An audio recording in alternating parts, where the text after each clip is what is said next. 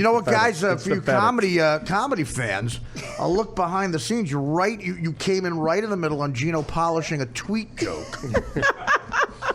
He's been polishing a texting joke for about 2 years. It's almost ready to premiere at LOL. I've been polishing something. Late show.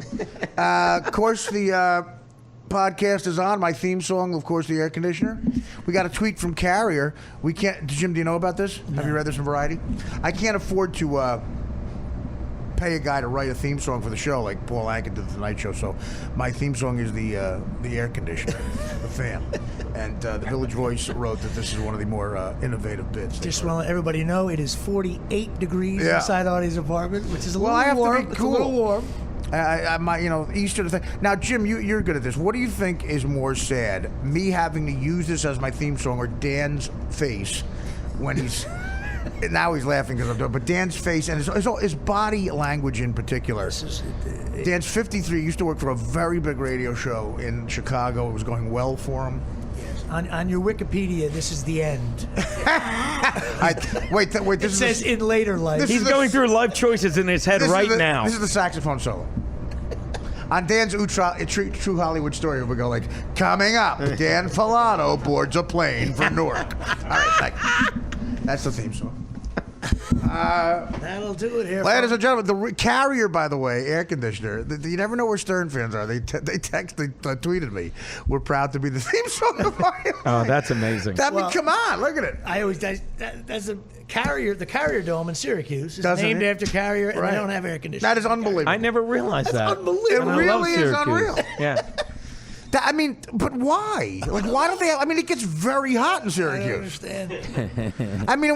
How old is the Carrier Dome? I tried to think of an analogy of a sponsor of an arena. Oh, it's probably easy. It's easy to do that. Like a Coca-Cola not serving Coke.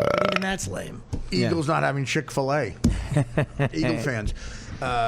Gay reference. That's already in the past. The news moves too fast nowadays, ladies and gentlemen. One of the biggest terrorist attack in European history was about 2 weeks ago. Distant news at this point. There were 8 other massacres in between that. There's a shooting. There's a mass murder every fucking 2 minutes in this country. The Paris thing is on the back. You don't even remember it anymore. CNN. What is that? Is that Levy? No. Somebody's phone. It's my phone. What the fuck? That sounded like Jerry Sandusky. And we're all looking around. Who is that? I have no idea. I'll get with the technology. Steve fucking Jobs, he's here for 56 years, gives us a third appendage to fucking carry around and dies. What the new phone, fuck buddy? is his problem? New phone for Thanksgiving? How was your Thanksgiving, buddy? I don't want to talk to you with that tone. What is that tone? Gino trying to swing it back here. I'm just How was your Thanksgiving, buddy? Gino Does for anybody free. talk to you when you talk to him like that? It's like you're talking to a baby kitten. What's your birthday, buddy? Well, you are cuddly, Art. The phoniness just gets on top of the phony concern. The voice is even more. You don't think I'm concerned? So condescending. You don't think I'm concerned? Hey, what's your birthday, buddy? Hey, what's your birthday, buddy? Gino, we're 2 adult men. You're in the prevent defense so early in this game. I hope you We're had 2 adult men. I'm asking you how your Thanksgiving on my body, was. just like that. That's a great. That's our mental. How was your Thanksgiving? Okay. I'm holding my groin while I ask What's you. your Thanksgiving, buddy? It might be Jimmy's. Might be Jimmy's groin. It is. Hey, boo. It's off when your aunt's your best friend. Hey, buddy. Levy, by the way, throwing in extra grassy knoll jokes from where are you? Deptford, New Jersey. I am in the Deptford studios right now, Artie. Levy, do you know the grassy knoll reference? Do you know what I mean when I say that? Yes, sure. Second shooter. No, the only In what murder? The second shooter. Kennedy. They took off the top of his head. That's a porn Levy was in, the second shooter. I used to date a girl who shall be nameless, who I told her about the... No, it's not a girl. It's Timmy, my road manager. I would say Close enough. the girl was taller. Tim, who the fuck is I'm it? not lying to you. Okay, Tim is if you're 36, is that millennial? What age is millennial? That's all you hear about now. What 20s? 25, I think. Not so 35. You're not a millennial. What does that mean? You were born after 2000 or? Yeah. Well, no, before 2000. You can't be 25. 35. You were born in 1980. No, you became an adult after 2000, I think. But then no, because there's people older than that consider themselves millennials. Dan's gonna Google. I'm hanging out with a girl I right think now. millennials are people Like, that I'm were probably like- born in the Like, 2000s. I went right? out on a couple of dates with a 26-year-old chick 90s? recently, and she said she's millennial. She considers herself millennial, 26 years old. So that means she was born well before. Yeah, Whatever. 1990. Younger people. Anyway, okay. Tim is 36, so I guess he's not even a millennial. He came with me. I don't know why he came to this, but I was doing an interview on the Huffington Post at the Time Warner thing, and I'm in the dressing room, and Tim was there, and Dan was there, and one of the girls brings up, it was an anniversary of, it might have been the anniversary last year of the Kennedy thing, and she says to me, which is a dumb question to ask somebody my age, have you seen the Zapruder film? And I said, of course, a bunch of times. And Tim goes, really? You're not into new movies. Where's it playing? What's it about? Where's it playing? You're lying. I'm not lying. No, I'm not lying. But Dan, am I lying? No, you're I'm not lying. Fantastic. He thought the Zapruder film was a current movie out in movie theaters. What's it about? And it's rare because I said I've seen it a bunch of times. And he goes, which again, a dumb question. I felt like saying, well, yeah. I'm alive in America. I've seen the Zapruder film. Tim's 36. He's 36 years old. And he's Irish. He should know about Kennedy. Well, he went to college. That makes no sense. Went to college. He's Irish. I know, but he's American. Yeah. He was the president of America, not Ireland. That's a good point. Are we going to go If down he this? was in the car, he would have never got shot in the head, the little fuck. What? Oh, Tim. Tim. God, we're going down a wormhole here. So he thought it was a current movie, the Zapruder. I mean, I really don't think I laughed enough at it. I lost sleep over it for one night. I mean, he went to college, Tim. He graduated from an American college. Did he know what the grassy knoll is? I didn't even get into that. Chuck Nolly knew. So how did you respond? What a to that? perfect Did you setup. just That laugh? was like Stockton-esque. Steelers. Wait, what is the first of all, Dan? On Twitter, Iron people are curtain, saying steel curtain. the levels are terrible. Like, what does that even mean? No, it's one guy. It's one guy. And was Okay, the phone. Dan think it's very defensive. No, it's one guy. But when someone points out a mistake you make, it's never you. So I don't know how to have a conversation with somebody. Why'd you look at me? It's one when you- guy. Why'd you look at me when you said mistake you made? But That's Dan upsetting. technically works for me. I get maybe now we're partners, I guess. Not life partners, but partner. Although on Twitter people think we're life partners too, and I really have no defense for that. On paper I can't prove it. Yeah. So I don't. Would you consider ourselves equals in this partnership? No. Oh well, no. I mean, not money wise, but you're making way more than me. But okay. So so this is the conversation I have with him. When I think something's wrong, I go, this happened. Fuck you. All right. Yeah, that's exactly what I said. And that's how Tim talks to me too. I've never said work fuck for me. you to you. People who work for me, and Tim. That's more Tim. But you get very defensive, and I don't know how to talk. Like it was a few people have said over the last 6 months that the levels are off on the show. Like when someone yells, it goes out. Yes, absolutely. And someone recently said it was a great conversation I was having with the Biggie Smalls guy. Right. But the levels were bad. Right. And it ruined the show. So. So I figured I'd bring it up to you. But don't you it might think- be more professional to bring it up off the air? But I mean, who's But really, don't you who's think really listening? Don't you think if the levels were really bad, like 800 people would Right. bitch, you're listening to one guy that needs something to fucking bitch about? The second I saw that This tweet, is so this is how the conversation goes. the second I saw I that bought tweet, the equipment. It should be leveled right. But one guy complains. the That second doesn't I saw mean- that tweet, Gino, would you like a crowbar for the next time you? I think that's a very salient point. I don't know anything about it. Oh my God! All right. Can I make a point on my show? You made a point on your show, and I made what's called a counterpoint. No, you made a mistake. No, Artie, you made a mistake. Yeah. What is the mistake? Is this Skype, by the way? Yes. Yeah, it's way better. It is good. No one's gonna fucking the quality's a little better. No one's gonna fucking notice it. So anyway, I thought I'd bring it up on the air, and Dan goes, "One guy." And I go, "Okay, I'm sorry. I'm clearly upsetting you." And I upset Gino too. You didn't upset me. I'm just making a point. Like, how many people said that was a great interview? It was. How many people said it? Yeah. Not many. Okay. Then maybe it was a terrible interview with great levels. Maybe they heard clearly how terrible the interview You was. pick episode 170 to make a point. So how should we do it? Should I be more polite when I bring up complaints? You know, you're allowed to bring complaints. This is what we're having. No one's asking you. What the fuck? Jesus Christ. Holy shit. Who are you talking to? What? Who were you talking Yeah, to? we did it. Talk closer to the mic, Gino. No. Then people might hear him. It's the levels, Dan. I was right on the mic. All right, I'm going to stop. I'll stop bringing. Is there anyone that people would listen to? Is there someone you respect? Is that Bob's dog? Yeah, this fucking thing. Every time I talk to Bob about it, think shits. I'm like, yeah, it's a living thing. They move their mouths. It fucking think shits. Better than Gino. Are you alone in the house with the dog now? Well, no. She came home because she drove over a curb, and I had to go fucking pick her up because she had a fucking flat tire. Fucking women can't drive, and why do they talk? So my next question: how's your marriage going? I should probably not ask. It's fucking going great. The follow-up. Bob is the only guy who makes a woman move back to Cleveland. It's a better option. It just seems better for everyone. Yeah, there's only two human beings who moved back away from Cleveland and back: LeBron James and Bob's wife.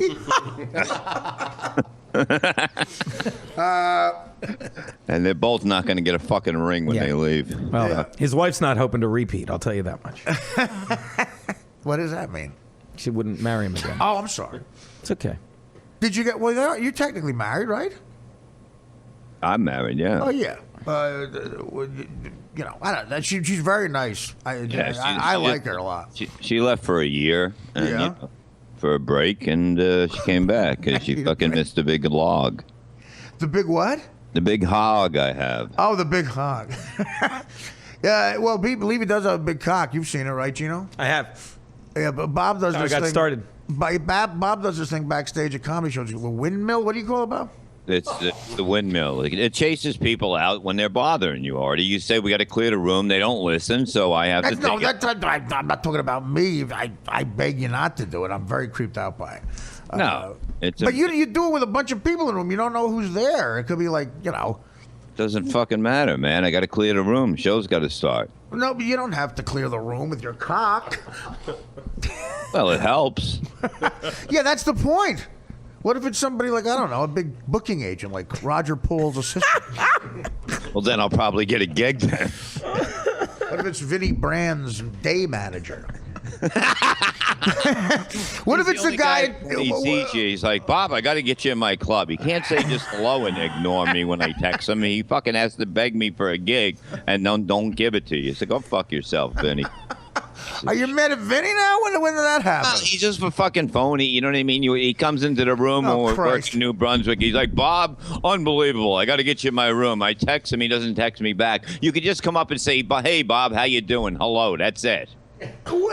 Jesus Christ! I feel like I got to show. Shit. I got to show the audience a 2-hour documentary on who Vinnie Brand is now. He owns the Stress Factory. It's a but comedy you don't club. want to fucking put an Egg McMuffin in this goddamn fucking closet and it stayed there for 8 months. It was a McGriddle. Oh, okay. I did. I wanted to test how often they clean the office. And again, Stern fans, about 2002, 2003, I mentioned on the air that I liked McGriddles. And people would bring them to gigs. They'd buy them at like 1 in the afternoon and bring it to the 11 o'clock show. And it was thick as it was hard as a fucking piece of mortar. And one time I said, what if we put the old Stress Factory green room it had a little, like, I don't know, a dresser with it looked like an antique drawer, something in Lincoln's house. It was sat there, dust all over it, and I skeeved it. I couldn't eat back there. But I said, to who was it? You and Florentine, right? Me and Florentine, yeah. I said, I'm going to see if how often they clean this fucking green room. We were booked back there in 2 months because we had to do a benefit. Bob needed a couch, apparently. And, one of those Bob benefits. Listen. So I said, I'm going to put the McGriddle in here, and we'll take bets. Is it going to be here in 2 months? Because those things, they just sit. They don't get. You know, they don't. It's not like a piece of provolone. They don't go. They don't stink after a while. It's got so many preservatives, like a Twinkie. So I put a McGriddle, fully wrapped McGriddle, in the green room dresser drawer, in the top drawer. We got back there in 2 months, and it was me, Florentine, and Bob were on the same gig, and a couple of the new guys. Norton was doing it, and who else? Rich Voss. So I told you. So it was really, it was like Geraldo with Capone's tomb. I really wanted. I wanted to televise it, and we opened up the drawer. The McGriddle was in the drawer. In the fucking drawer. It wasn't even touched. It wasn't. No, it didn't look like someone moved it to find like a pen or something. Like what is in the drawer? It is the truth. But the funny thing is, everybody used to bring you food at a certain time because when you used to say you like something, you would get food, and you're like, I'm not going to trust these fucking people. What if they put something in it, And you always had all this food, and you would just fucking leave it there or just give it to people that walk by. Yeah. None of your cocaine was moved either. I know. What the fuck happened to those days? A little bit of Bob's hair dye got on the McGriddle. No, honestly, that was one of the more impressive things as far as I remember when you used to lack of care. You used to skeeve food like so bad, and then we did that. What food? Food. Who's eating it, and then we did that gig in Pittsburgh, and it was a crazy scene outside. People yelling his name, and some guy reached over and said, "Artie, I got you a slice," and it was like one of those full slices with every. And Artie, without even missing a beat, grabbed it, kept on eating it, and walked right by the guy. Walking slice. I was very hungry. I was like, "Oh, did you check the?" If I was hungry, I'd be very, very hungry. Didn't Sour Shoes Artie used to bring you a lot of food? Every morning? Sour Shoes. That's Ben Kuzman. Ben from Clifton. Hey, Ben. What's up, guys? How do you pronounce your last name? Kuzman, you got it. Yep. Ben, he would show up in the mornings at the Stern Show, and again, not exaggerating at all. Rollerblades and a first base glove, a Rawlings first base glove, and in the first base glove was like macaroni salad. And I'd take it because I was scared of him. We'd get on stage, I'd give it to Gary, and tell Gary, Sour Shoes gave me this, and Gary would throw it out. Love that. We threw out a lot of food, man. I would tell Sour Shoes, tell your mom, listen, you're wasting money. I know how my mom was macaroni. You're wasting money. We throw it out. Okay, Artie. I bet it was good. Then His mother's probably like, no? I don't know. Well, what happened to it on the way? That's a good point. I just don't like it. But, it's like his mom's homemade cooking, I'm guessing. I don't like macaroni salad by a guy. Oh, yeah. And a first base glove. Too much mayo. You can't put mayonnaise on macaroni. It's not how I love God people intended macaroni it. salad. Good for the glove, though. Macaroni salad in the summer, people are like Irish people. It's August and fucking people have macaroni salad. Good times, noodle salad. Aunt is in those orthopedic black shoes asking you about your life. You in the third grade now? I'm a senior in high school. You're getting big. Jude, Artie's getting big. Do the Blues Brothers. Your family loves when you do the Blues Brothers. What do you want? Can you be more specific? Do the Blues Brothers when you sing it. And they sing the black songs. That's what you used to say. The blacks. Yeah, I can see that. Yeah, and I wouldn't. I just would start crying and walk away. Yeah, she had orthopedic black shoes, because one of her ankles was odd. Was odd? Yeah, it looked odd. It looked very like someone had let out someone's head or something. Like her ankle had Asperger's disease. But she had two house coats. One was like a magenta type puke green, and the other one was all black in case her husband died. Magenta. She had it's like a lavender. I learned that on the Rick Steves show. But by the way, Rick Steves' big European special coming up. We're gonna talk about that. She had a black. All the older Italian women in my family had black dresses, entire black wardrobe in case their husband died. Jesus, I mean, it's like being an ISIS or something. People describe Sharia law to me. They're all so up in arms, these people, about Sharia law in Saudi Arabia. Basically, Sharia law is what the Arabs live under. And that's why women are all upset about the Muslim. And it's basically, if you have children who are gay, it's against the law. You consider it almost like the death penalty. If they're gay, you shun them. You want to kill them. If a daughter has sex before marriage. You can beat them up. If they don't marry the right guy, you can beat them up and stone them. Yeah, I mean, basically, and I'm like, it's like growing up in Bloomfield. And parts of Clifton. That's it. I wound that joke up at a North Jersey show. I know, Dan, what's the matter? Jesus Christ, the tense, the stress. Ugh, between Gino sitting there like he's in a coma. It just doesn't it just doesn't. That's why Ryan bumps you, because he's at least goes, hey, and he looks like he's into it. You haven't brought up his got hope. podcast yet. He's pouting. Some I good haven't picks. done anything. Dan is. That's what I mean. You just sit there like an old. And Jim. I asked you how your Thanksgiving And Jimmy was. always goes like, wait, my entire career together, Jimmy always thinks I'm saying something too obnoxious. He was like, oh, why are you saying that? I don't know. I don't know. Jim wants to do material like it's 1951 all the time. You got shade. Jim is like the oldest young guy. He's like, I don't know. Did you say that stuff? No, it's just Let's talk about that. Talk about it. Say fuck all the time. it's 37 degrees in here. Gino's freezing. You've done the degree material already. Jim's been doing the temperature jokes since 19. I'm really enjoying myself, but Gino just has that angry like. Why don't you get drunk before this show? You get drunk before every other show. I do not get drunk before every show. Yeah. What are you talking about? And maybe you'll be a little lively here. Is it too early? What? And then when I say something, whatever you want. And then whatever when I you say something that's a little like edgy or off color, Jimmy always looks like I'm gonna get thrown out of. Like, and he sits there and just goes, should you be saying that? What are you, 108 years old? That's not true. I don't know. Can't you do some of that fat Jackie Leonard material? You do. You look at me every time. You don't even realize it. I look over and I'm doing. Hey, you do that. Sometimes I don't know. I don't know. Are you doing the sex stuff? No, you're doing you're talking about something I don't know. Sex? You look at me like, hey, I gotta shake my head, man. I don't shake. Should I be talking about? That's not true. Talking about your aunt's foot like that? And Dan always gets. Dan is. I'm letting it out today. Here we and go. then Dan is always. Dan, you realize you stress me out. You're supposed to be helping me. Like, what is the big fucking deal? The other day it was like, who was on the phone? You were worried about? Who did you want to get to the other day?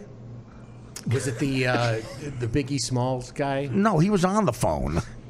We were talking to him, having a great conversation. Remember how terrible the levels were? Oh, Okay. Spike Eskin. Spike Eskin. In Philly. I know Spike. Spike, yeah, we all know Spike. Yeah, quit bragging. Dan was making it like I had. Frank Sinatra said, "I'll do my last interview ever on your show." I don't think at it was 3:30. I don't think it was like And Dan is like, we've got Spike. So I'm supposed to stop in the middle of this interview and just go, can you hold it before the big reveal on who killed Biggie Smalls? I got Spike Eskin wants to talk about the 1982 Philly infield. Manny Trio. Exactly. Spike Eskin wants to talk about Schmitty. Mike Schmidt's kid manages a bowling alley. I'm doing that next weekend. That's what you were Headlining. stressing me out about. That's literally what you're stressing me out about. Make a call and go, Spike, listen.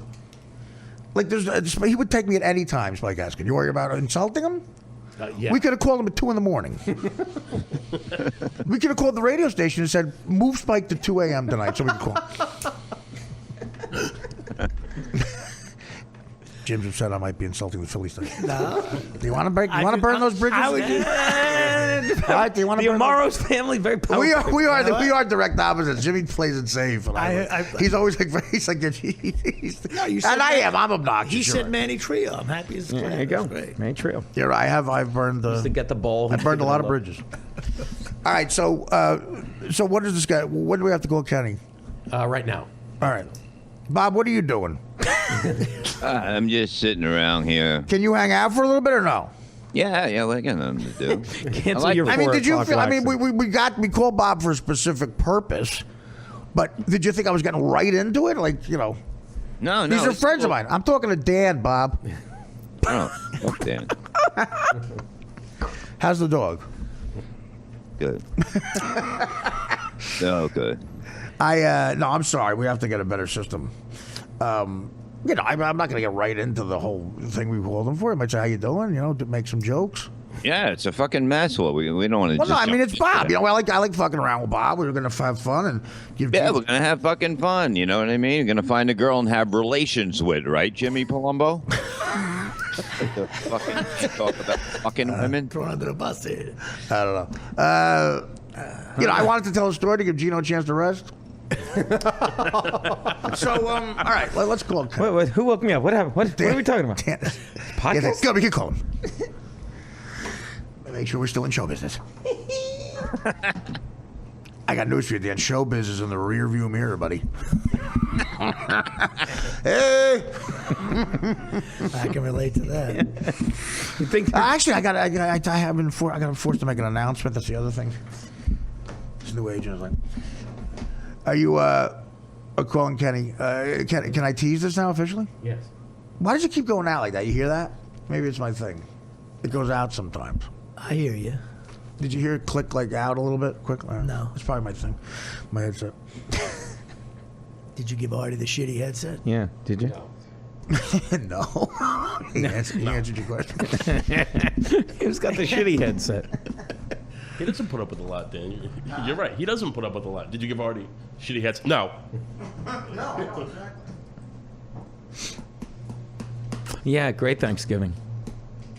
It was really nice. Yeah. Thanks for asking. That was good. Hung out with family. Mine was good, too. It was good. I Yeah. went to both families. Grabbed Dog at the airport. It was nice. Went to my brothers, went to my in-laws. That's good. Good, clean fun. Played some football with the niece and nephew. That was good. I was on the Parkway. You guys know you're on the air, right? Did a shit. Oh shit!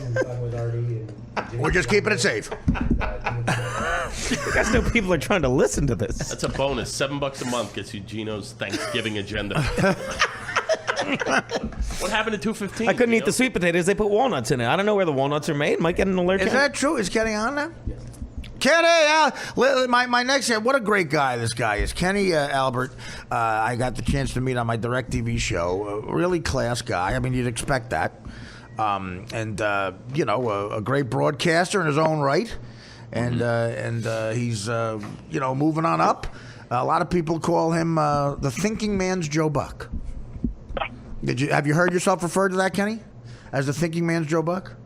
Yeah, that's the first Artie. I haven't heard that one. I appreciate it. There's the Artie line connection. Yeah. Ken, I got to call you back because it's bad. Who's bad? Is he on a... Yeah. Ken, are you on a cell phone? Yeah. I am in the car heading to Madison Square Garden. It was delayed, so I had to jump in the car. Can you call us from the garden? I'm kidding. It might not be for a while. I'm kidding. All right, we'll try you back. What, is the car phone is bad, Dan? It could be a cell. Oh. They had two kind of pies. They did a mixed berry pie Ladies and gentlemen. and an apple pie. The apple pie was hot. The mixed berry pie was like a cold mixed berry pie. But I like that because it gels and it sticks together. The apple pie fell apart. Actually, my father-in-law felt like shit, and my dad felt like shit, so we Really? actually had a shitty Thanksgiving. If you really want to know the truth. Really? Oh, dude, I got all tuned up at Thanksgiving, dude. Yeah, it was great. These are two guys technically on their Wikipedia page. It says comedian. I don't have a Wikipedia page. So you I did your don't. last pick episode after Thanksgiving then? No, I did 3 pre-Thanksgiving. I did all of them before Thanksgiving, but I didn't release the Sunday picks till after Hey, Thanksgiving because I wanted my Thanksgiving. You weren't drunk. I was not drunk. You looked like you just got done vomiting. I called Artie's Had a long mother. week. You had vomit All right, I out. talked to your mother on Wednesday, and she gave me her roasted peppers recipe, and I made it live with her on the phone. Oh my God, she gave me a great recipe. she's been impatient lately. What is he on? Yes. He's on the phone now. Kenny. Artie, you brought Alexander Graham Bell in. He was on the side of the Palisades Parkway, so I think we got the problem fixed. I think that was Albert Bell. Or Joey. Or Joey. George Bell, Blue Jays MVP. Yeah, Albert Bell changed his name to Joey Bell and vice versa. That's really one of those things where, wow, that makes no fucking sense at all. You get scared for a person. Now, why is the connection better now? What happened? What did you do? Nothing. I just you recall. Sometimes you're in a big, cell services by transponders, and Okay, sometimes you get caught in the I middle. can't. That's a tech update from Dan. How's a fax machine We're back work, to Dan? Thanksgiving material. It gets to the tangents he goes on. Had a little scotch. You work in the cell business. Tell him. But big why? shot. I just said, You're what'd you gonna do bring it up different? now. You dial them back in transponders and. Ben? What? I'm not going to bring it up now. Nobody cares how a cell phone works. I think there were some rats. I want to do the Dan Filato's storytelling class. All right, Kenny Albert. Well, thank you, buddy. Thanks for putting up with our bullshit. We love you. What are you going to do? What's happening at the Garden? You got hockey. You got football. Yeah, we got hockey tonight, Artie. Was in D.C., as you know, for the Giants-Redskins yesterday. Got a busy week with the Rangers. They play Carolina tonight, then they'll be in Brooklyn on Wednesday, and back home on Thursday. Then I have a Knicks game Friday. So, oh, my God. 3 sports, busy week, but one of the most fun times of the year. You are busy as shit, man.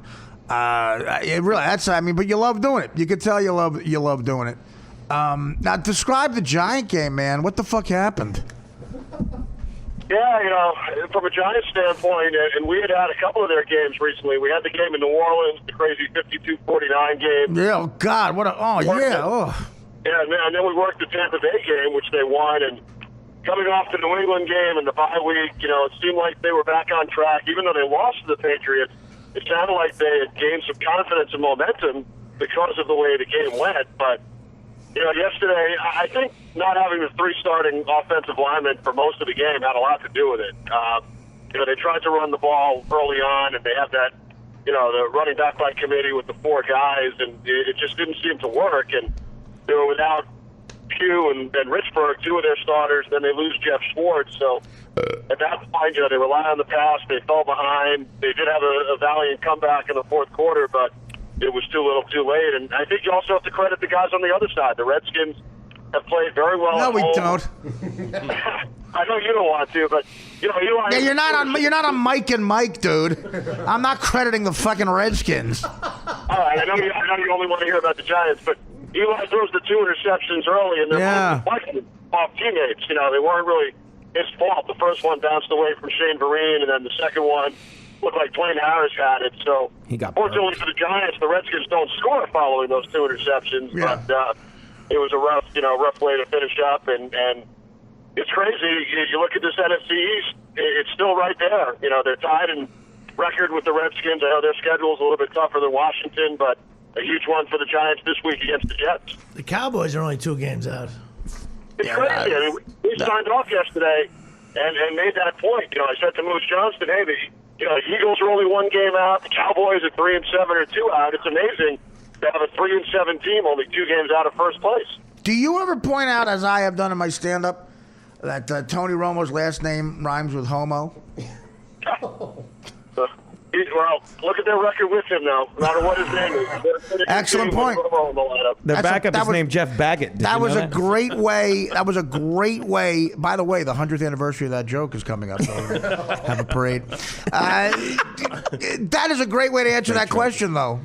As a broadcaster, you answered it perfectly. You dodged around the bullshit. But I think that without Tony Romo, the Cowboys are going to suck even more. I don't see them coming back. It's been a rough go with the other guys in there, with Matt Castle and Brandon Weeden, and I think it just shows how valuable Tony Romo is to that team when you look at not only what they've done with him, but more importantly, what they have not been able to do without him. Now, what is your opinion on that guy on the Cowboys who beat the shit out of his wife? Greg Hardy. Yeah, Greg Hardy. She should have listened, right? What do you think? What do you think should happen to a guy like that? Should a guy like that be in the NFL? Does that send the message to the children? Well, obviously, it's nothing that any of us condone, and it's been well documented over the last few years, and the NFL went through the process, and he has certain rights within the CBA, but obviously, it's nothing that all of us want to see happen, and I know some of the proceedings are still ongoing, but I like to focus on the action on the field and talk about some of the players that are doing good things out there in the community. Don't you think that's the best argument, though, for a black guy never to date a white chick, because the bruises show up? He's right. Say it. He's right. I mean, on a black chick, you can't see the bruises. I think what he's saying is talent trumps trouble, and you look at a guy like Greg Hardy, and his talent trumps the trouble he gets in. You look at a guy like Ray Rice, and his trouble. I'm saying on a black chick, the bruises show up. Well, and it's documented. They listen even worse. All of a than sudden, white I'm chicks. interviewing Gino. All right, I'm a Giant fan, and I got to tell you, I think it might be time to let Coughlin go. Don't you think? I mean, I love the guy. 2 rings. He's got as many as Bill Parcells. The time management. Do you think he loses? Do you think he's getting too old to coach? I mean, bluntly.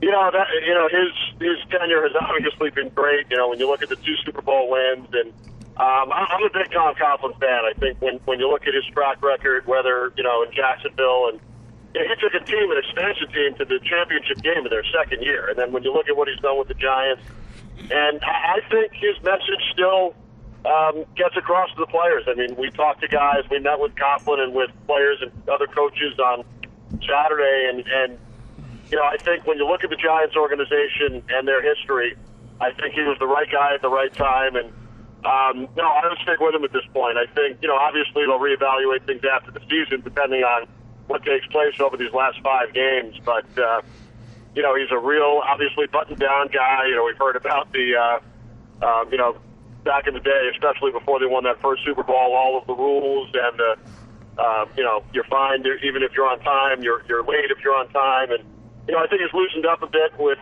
some of that stuff, and that was well documented, 5, 6, 7 years ago. But, no, I think he's done a terrific job. And I think stability, when you look around the league, how many teams just keep changing coaches every 2 or 3 years? And they have to start from scratch. But, with Coughlin and Eli Manning, you look at their track records together, 178 consecutive starts now and 2 Super Bowls. I know they haven't made the playoffs over the last 3 years. There have been some mitigating factors, but this season's not over. They win this week, and Washington loses to Dallas, and the Giants are right back in first place. And Kenny, wouldn't you argue, Geno Bisconti, first time, long time, wouldn't you argue that in the NFC East, which is in a free fall, it always comes down to coaching and quarterbacking, and you got to look at the Giants. They're the only team with a coach that really the rest of the team still has faith in. Gruden, they lost a team long ago. Kelly's a disaster, and they're letting them do, Ginger's letting them do whatever they want in Dallas. So, I mean, I think there's no reason not to think the Giants don't take that division in the long run. Tom Coughlin has a history of collapsing. He's the king of 9. I'm comparing him to the other 3 coaches. There definitely is something to stability. You look around the league at some of the great all-time coach-quarterback combinations, whether Noel and Bradshaw, Shula and Marino, Belichick and Brady, Coughlin and Eli. Those are the top 4, as far as coach-quarterback combos. Big dip there. Coryell and Fouts. Sorry. Couldn't resist. Big dip. I got one. I'm having trouble with the cell again. Coryell and Fouts, yeah, they were a good one too. But when you look around the NFC East, we talked about Romo and the injury issue, and in Philly, it's been a yo-yo between Bradford and Sanchez, and all of the stuff surrounding Chip Kelly, and Washington, their team, they've been kind of a Jekyll and Hyde this year. They're 5-1 at home, 0-5 on the road. Now they have played New England and Carolina in their last 2 road games. They were both undefeated at the time, but. Again, I'm a big believer in stability and not just changing the coach every 3 years for the sake of changing the coach. Yeah, I know, but Coughlin has been there a while at this point, and he's not. The other thing, Artie, in all sports, we always talk about this. Before you make a change, you have to look at who's out there. So if you were to make a change with the Giants after the season, who's out there? Who would you want to bring in as head coach? That's a big question that some teams don't necessarily address before they make the change. No, that's true. I mean, I guess there's not. I mean, I would just do it to make a change. Is my point. I wouldn't just bring anybody in, obviously, but there's a lot of guys. I'm sure on the college level, you could bring in that would want a shot. Eli. I mean, Eli. How much longer does Eli have? He's sort of attached to Coughlin the way Parcells was to some guys. Do you think Eli's days are numbered at this point? No, I don't think so. And first of all, you're talking about durability. Did you see when his hand was stepped on yesterday? No. Did you see that video? But Eli's no. We couldn't believe that. It was in the first half, and it looked like one of his offensive linemen, literally, 300-pound lineman, steps on Eli's hand. Oh. And it was 3rd down, so they punted. He goes to the sideline and kind of shakes it off like nothing happened. It was incredible. So. Some guys have that luck, with regard to injuries as well. And I thought he looked like Dave Brown for 3 quarters. Yeah. Now, is it true? I've heard a rumor from people I know in the Jets organization. When Antonio Cromartie has his 15th kid, there's going to be a big barbecue. Yeah, is that true, and are you going? I know you love that stuff, Artie. What, having kids? No, I mean, how many children do you have? How many children? Yeah. How many, Kenny? How many children do you have? I have too, and they were very excited. They were very excited to meet you at the Boomer and Carton softball game last June. They're great kids. Now, my point is, you got married. You sort of, 2 kids. It's sensible. Don't you feel there's a happy medium between you and Antonio Cromartie? I mean, do you feel that like you've led a responsible life? You measured it out. You said we'll have 2 children. You found a woman you love. You said we'll have 2 children. When my wife and I, when we had our first daughter, we were always kind of going back and forth between 2 or 3. I don't think 7 or 8 ever really came to the equation. Well, I mean, listen, and another difference, can you name both of your children's, do you know both of their names? Only on days that end in Y. Because I think they asked Antonio Cromartie, I believe he got 8 of the 14. No, 8 of the 12. It's not bad. Yeah. That's 67%. Not bad. Nothing against. My point is nothing against Antonio. I'm complimenting you on planning out life well, and I think maybe. Happy to say, Artie, that I can name 100%. There you go. Can you name all of Cromartie's kids? No, that would be that's a bit of a challenge. I haven't studied that. That's for lawyers to memorize. If you say LaQuanda, you knock out 3 right there. That's like a head start. Let me tell you something. On the old Nick and Artie radio show, we would feature Cromartie's kid, one of Cromartie's children, once a week. Every Friday, we would feature and there really some good kids there, and some good mothers. What do you think about the? I know you don't like to deal with the off the field stuff, but it affects football. And but Goodell, what do you think Goodell's legacy is going to be, Ken? Don't you think the off field stuff has hurt him, and the concussion stuff, and the fact that Mike Webster, one of the greatest centers ever, 4 rings for the Steelers, died under a bridge in Pittsburgh? I mean, with no one in his family talking to him, dementia, no help from the league. Do you think Goodell is a guy who's going to go down as a good commissioner that made some changes, or someone who is on the negative side? Well, it's a real complex question, and I think it probably won't be, we'll have to wait many years to look back on it. But, obviously the NFL has done a lot of good things in recent years as well with the concussion protocol. Can you name one? I'm sorry? Name one thing they've done that's good. No, they have. I mean, a lot of times we focus on the negative, but, obviously he's doing something right because the owners, the commissioner works for the owners. And, right.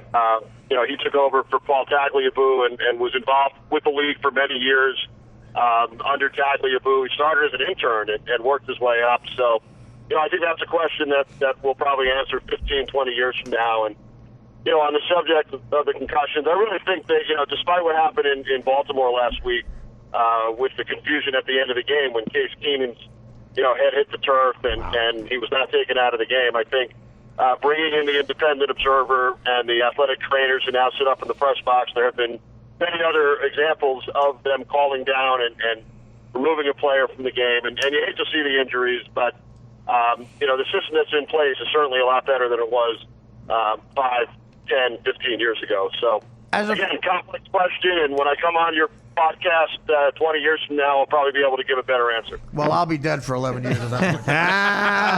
Listen, maybe you can ask one of Antonio Cromartie's children. He'll be here. What about, you're a fan of funny sports comedy movies, and you're a big sports fan. Do you? And I haven't tried this yet, but I really think it's going to be hard for me. Will it be hard for you to watch the film Major League now, knowing Charlie Sheen blew a guy? Well, with my schedule now, Artie, unfortunately, I don't really have time to watch any movies. So, well, what about? Have you seen the film of Charlie Sheen sucking his guy's dick? I can't say I have. Oh, dude, you got to see it, man. Have you seen it? It's better than Major League. I have seen Major League. And Bob Uecker announces it. Just a bit outside. Now, of course, you play it clean. You don't want to be. I don't want to get you fired. You don't have to respond to that. We'll leave it off the air. We'll talk later. Listen. What about the Charlie Sheen thing? What do you say to your kids when they find out the 2.5 Men guy is not only a partier like we knew, but a really, really dark person? I mean, what do you say? Yeah, we haven't had that discussion yet. I'm not going to give you a call. I'm going to give you a call. Come to that one. Do you feel the Redskins is a racist name? Can I have your number? It's in Charlie Sheen's Black Book. Now, do you have you ever had a threesome? That's what we're doing right now. Oh, that's three.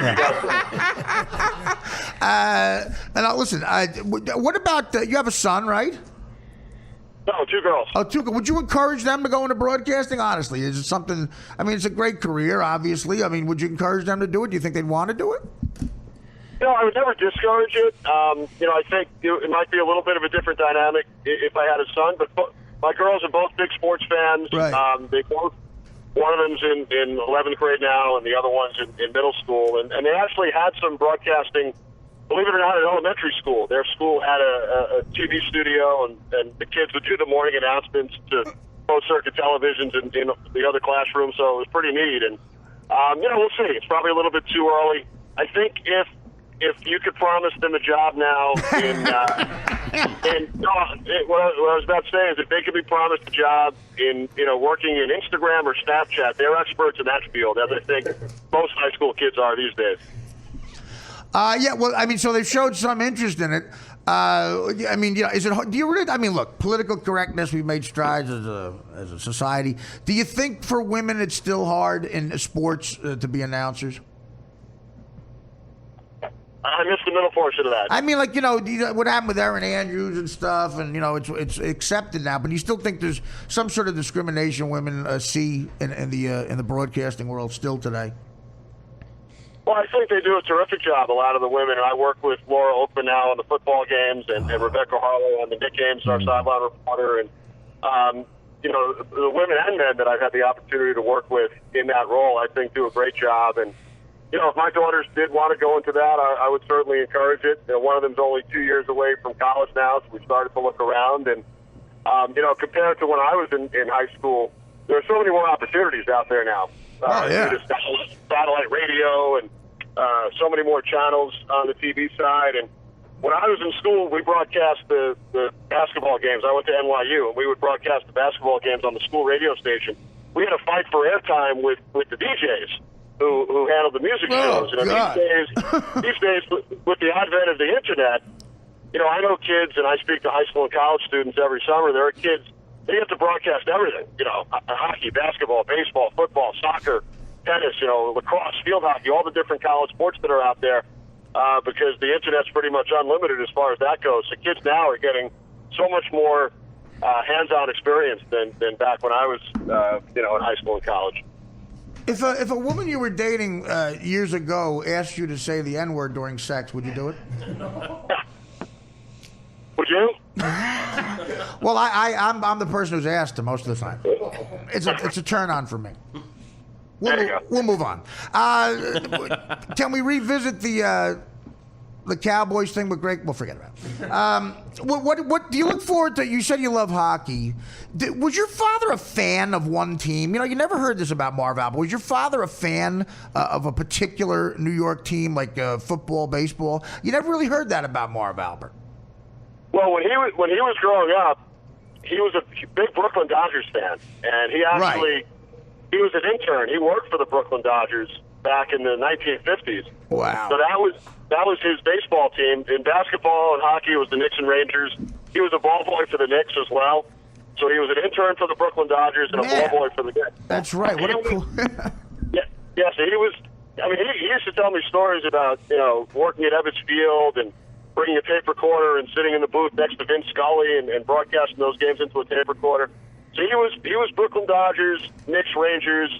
As far as football, the Giants were obviously pretty good then. I'm not sure. I think he was a Giants fan as well, but I know his big teams were the Brooklyn Dodgers, Knicks, and Rangers when he was growing up. Yeah, you never heard that about him, which is odd. But it makes sense as a professional. People don't forget about your father. He was also a real funny guy. Your father did old Saturday Night Live sketches. The classic John Belushi sketch where he's the Olympic athlete. Your father is the announcer. He was always great on Letterman. A real funny guy. A lot of Euchre was a funny guy. It takes a lot of. Would you consider yourself a funny guy? I mean, you have a great sense of humor. humor, obviously, except when you're uptight about the N-word. But you have the same sort of sarcasm, and your father had this subtle stuff he'd do on the air that was funny. Did your father take pride in being a funny guy? He did, and I think you mentioned Letterman, and I know at one point he held the record for most guest appearances on the Letterman show. I'm not sure if he wound up number one, upon Letterman's retirement. But, no, that was Johnny Galecki. And I think, some other guys crept up there as well. But I remember he and Bob Costas called the elevator races on Letterman back in the day. Oh, yeah. One time they had him in a glass phone booth, and it said, if a guest doesn't show up, break glass, and he would come out of the glass. That's right. Brilliant. That's right. Brilliant. Hop down into the chair. But I think that's one of the things throughout his career that he would always pride himself on, especially with it. He would always give his color analysts nicknames. Sal Red Light Messina, Johnny Hoops Andres, Mike Bizarre of the Telestrator for Tele. That's right. So as part of his shtick, his analysts would become part of it, and their nicknames, would stick. And I think that was a big part of his humor, back in the day, and even to this day. Yeah. As you said, it's weird because with the difference in we say African American now, but you pointed out he worked with colored analysts, and that was a different time. What about the czar of the telestrator thing for tele? Did your father socialize with him? He seemed to be the one guy he got along with. He did, yeah. They were and still are very good friends. They don't work together a lot anymore, but they were real close. I remember being in Barcelona working behind the scenes at the '92 Olympics. Right as I was starting my career, and they, aside from working the games, the Dream Team USA basketball games, they would have, a lot of meals together and spend a lot of time. So among all of his partners, and he was close with a lot of them, but the czar of the telestrator was certainly one of the ones he was closest with. Any truth to the rumor that Delonte West had sex with LeBron James' mother? I've read that one before. Yeah. Did you come up with that one, Artie? No, it's actually in a Fetty Wap rap song. I'm happy to say that has not come up during any of my broadcasts through the last. Well, bring it up. I think next time. Something you might want to chat about. Yeah. Next time you interview LeBron, because bring it up. You don't have to say it. I will. I think Delonte West, if that's true, is sick because LeBron's mom, not exactly Lola Falana in the Love Boat days. I mean, she looks like Don Cheadle. If I could change the subject for a second, I would encourage you to get all the best remaining questions out in the next 3 minutes. I'm about to pull up to Madison Square Garden and get a great parking spot, so I would call the top questions up to the top of the list. Wouldn't it be odd if by some insane coincidence, one of your bosses that you don't even know about at Madison Square Garden listens to this podcast and you're fired by the time you walk in? You've been very professional. I would guess that there are millions listening to this podcast. That's what your producer Dan told me.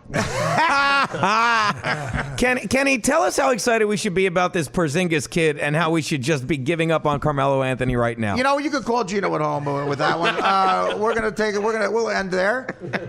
Thank you. Again, Porzingis. He's white. I think he's certainly exceeded a lot of people's expectations. I worked the game when he hit the buzzer beater in Charlotte, which that wasn't. Yeah. Yeah, it was then ruled that. Yeah, and I like Carmelo Anthony's line. He said, Porzingis' fingers were too big. They were still touching the ball when the clock hit zero, but that was sort of an electric moment that unfortunately went away for the Knicks after 30 seconds, and then he had a huge game against Charlotte again back at the Garden, and for a 20-year-old kid, he's just so polished. His English is terrific, and he's again played a lot. It's come a lot quicker, I think, than many people expected. Hey, when he was picked with the 4th overall pick, I think he had a lot of fans out there amongst coaches and scouts, but they thought it might take a year or two. But it certainly come real quick over the first month. Hey, how is Carmelo Anthony's English? His is excellent. I would put it right up there with yours, Artie. Right at the top of the list. No, he's been doing great. You're right. I heard him say. I heard him actually in a celebrity spelling bee. He spelled receipt. That's a tough one. It's a tough one. A lot of pressure. A lot of pressure when you're in those spelling bees with everybody watching. Right? Yeah. Now, do you ever double date with Carmelo and his wife? I cannot say I have. I have fewer off nights than Carmelo, so I don't have a lot of time. He has a lot of off nights. Ask any Knicks fan. That's Kenny. well, what about the? After the Paris thing, they had a moment of silence before the game at the Knicks game. A minute of silence. I don't know if you were there or not, but what I think was even more impressive was the 2 hours of dead silence during the game.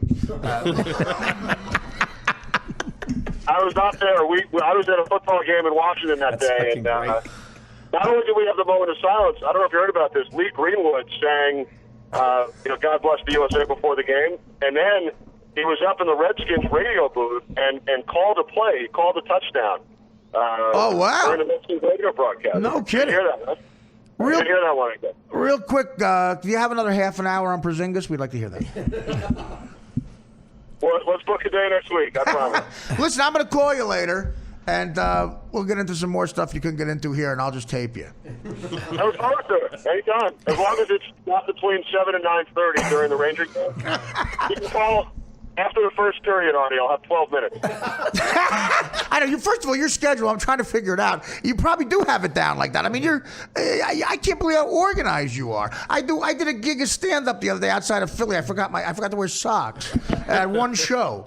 I mean, I could probably tell you, if I had a calendar in front of me, I could tell you where I'll be pretty much every hour until next April. And I know, Artie, for you to map that out over the next 12 minutes might be a bit of a challenge, right? I have 2 bathrooms. I can't tell you which one I'm shitting in or now. I guess that's the big difference. That's the one difference between you and I, right? Hey, did you ever accidentally see Andy Reid shit without his shirt on?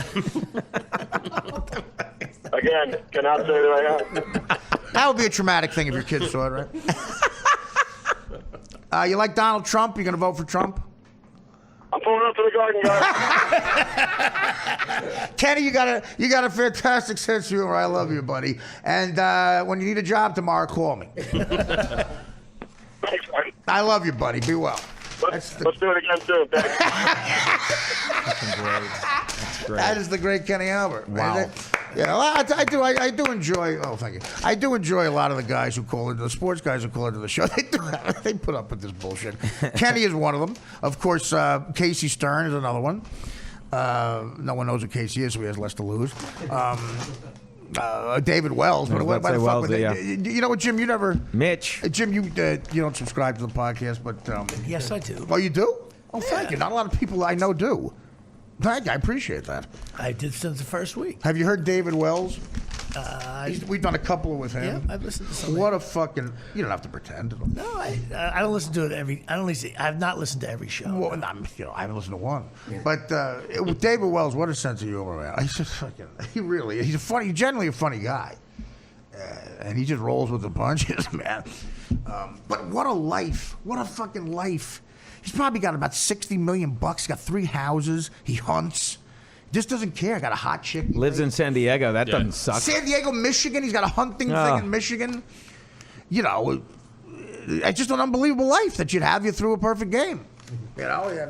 He answers all the questions, except that David Cohen is a big cock. I guess, man. Refuses to answer that. But He did say his cock was Levy-esque, so that was kind of a hint. Is Bob still there? Yeah. I was enjoying it, man. I like listening to the show like this. Well, no, listen, you. That was nice of you to stick around. I mean, Hey, what the fuck? what the fuck?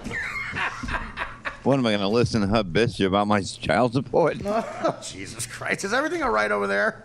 It's fucking great. I put a fucking knife in her throat. Oh, my God. Calm down.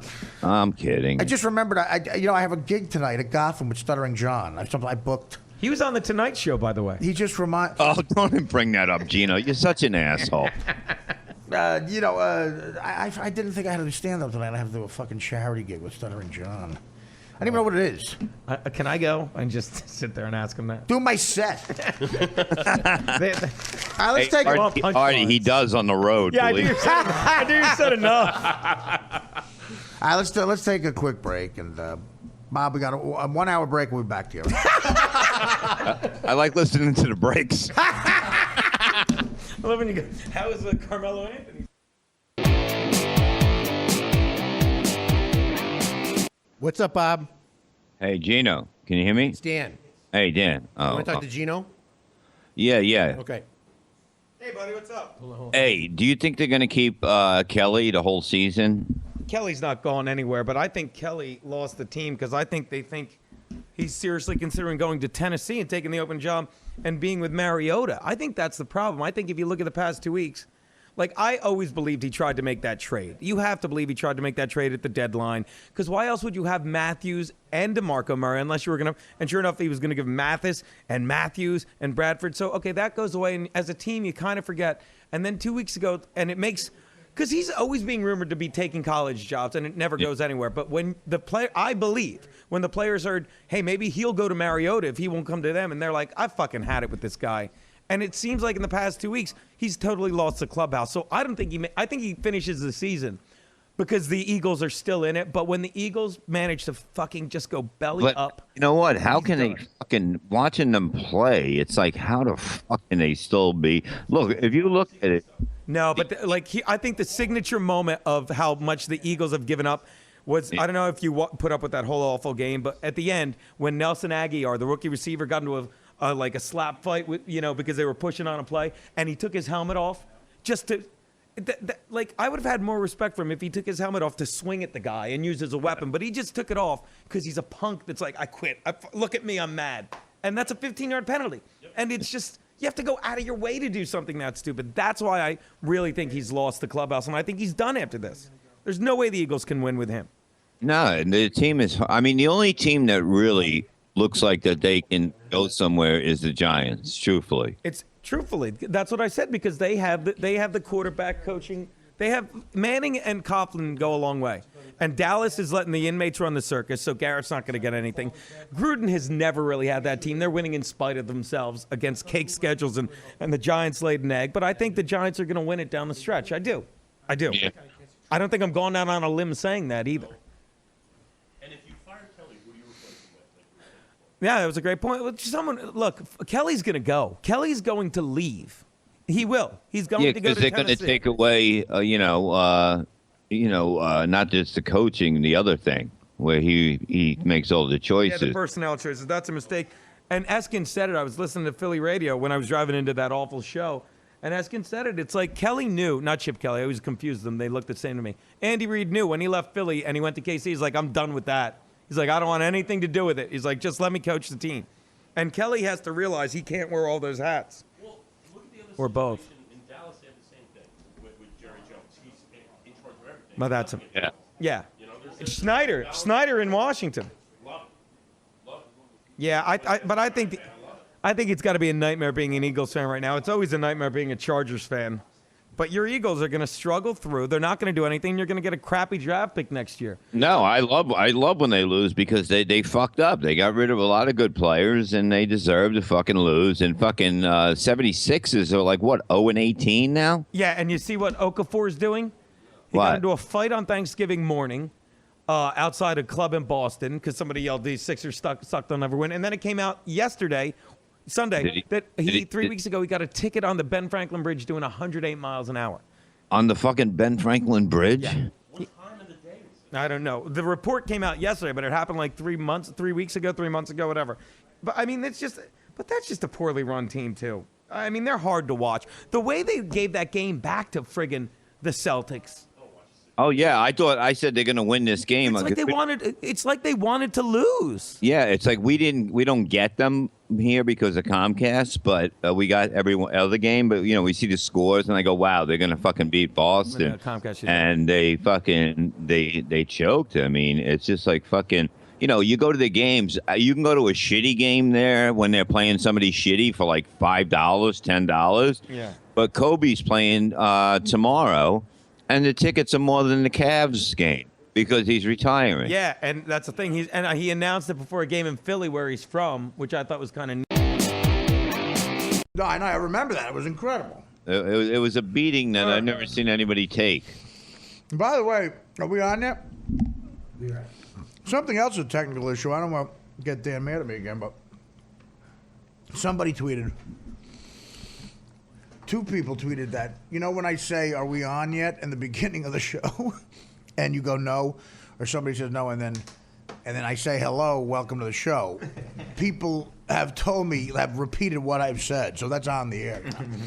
And I don't want it on the air. Like before, at the beginning of the show, you know, when I say, are we on yet? And you go, no. And I say, hey, what's up? Thanks for doing this. You know, to the guest, man. Two different people said, you know, we hear that. So that's an issue. That's going to end now. No, I'm just saying. It's going to end. Do you need time to figure out how that's my fault as well? I can explain how that's your fault. Well, no. How is that happening? Because I really don't want that on the air. Because I've said stuff that, you know, I just don't want on the air.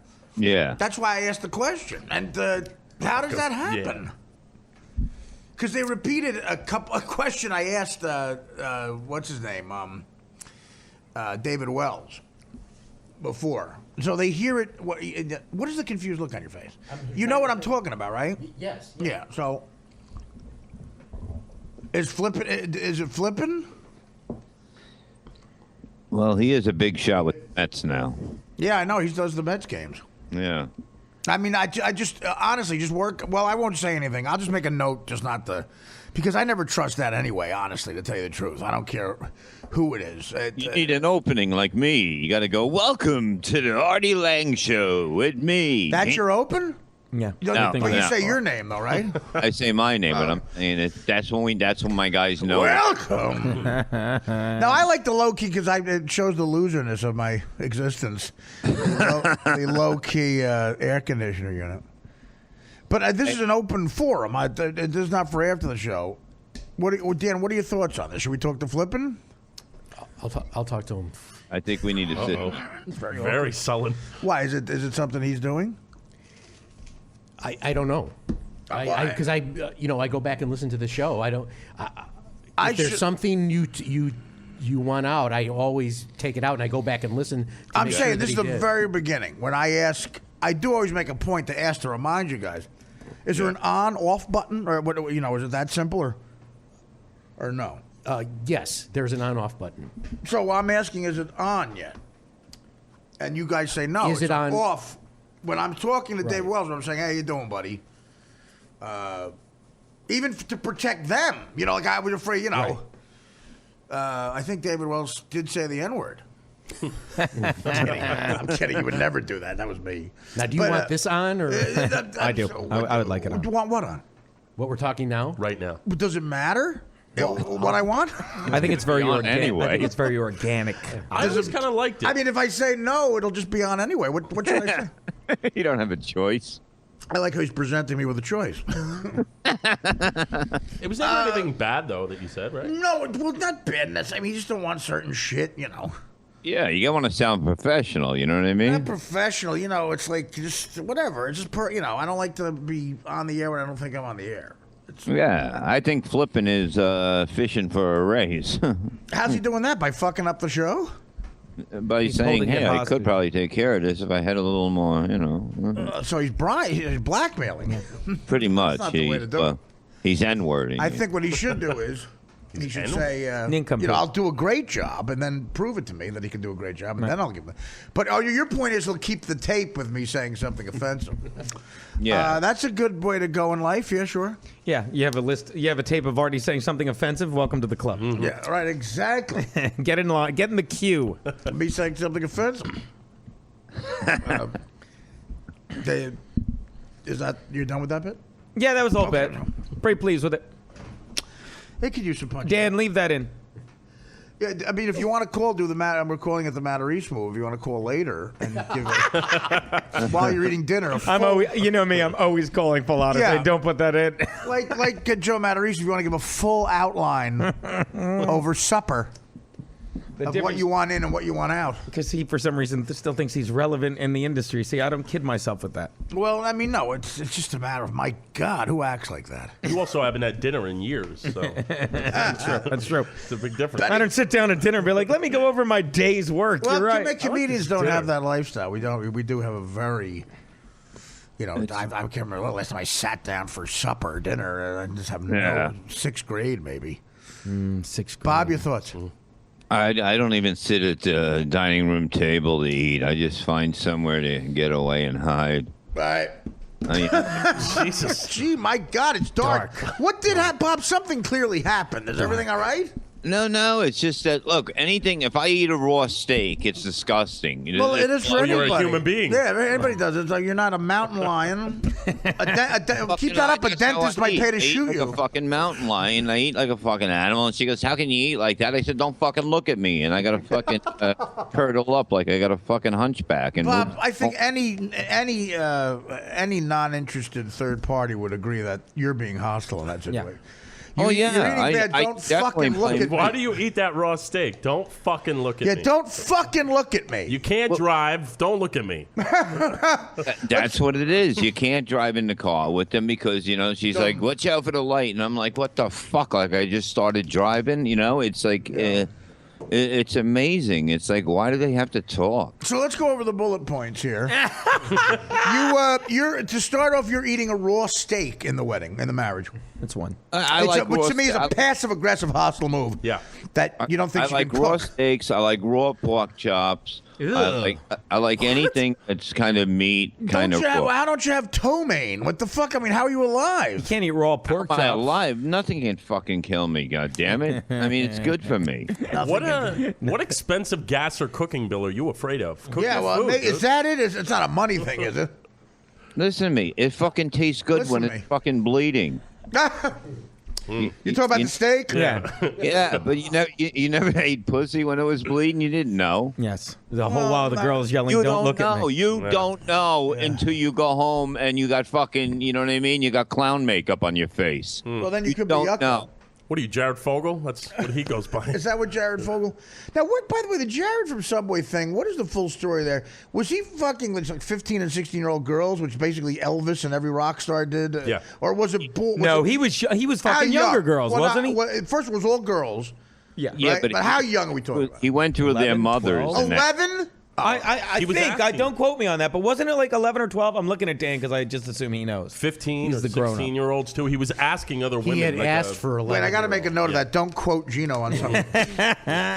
Wait. So 11? If it's 11, my God. Why did I hear 11? He had asked. Lock him up and throw away the kid? He was talking to ladies about getting girls for him and their daughters and shit.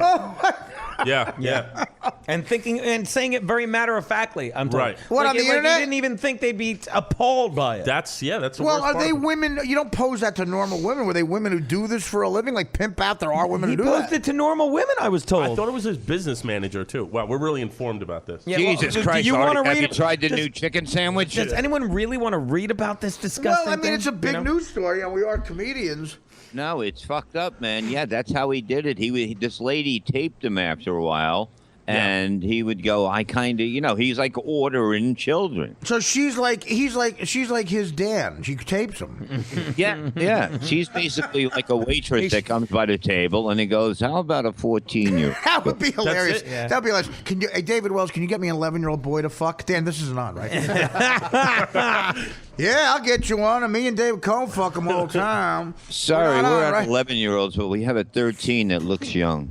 He called Cromartie, I think, right? He wanted to fuck one of the kids. Well, you're going to ask any fucking advice. It's Cromartie.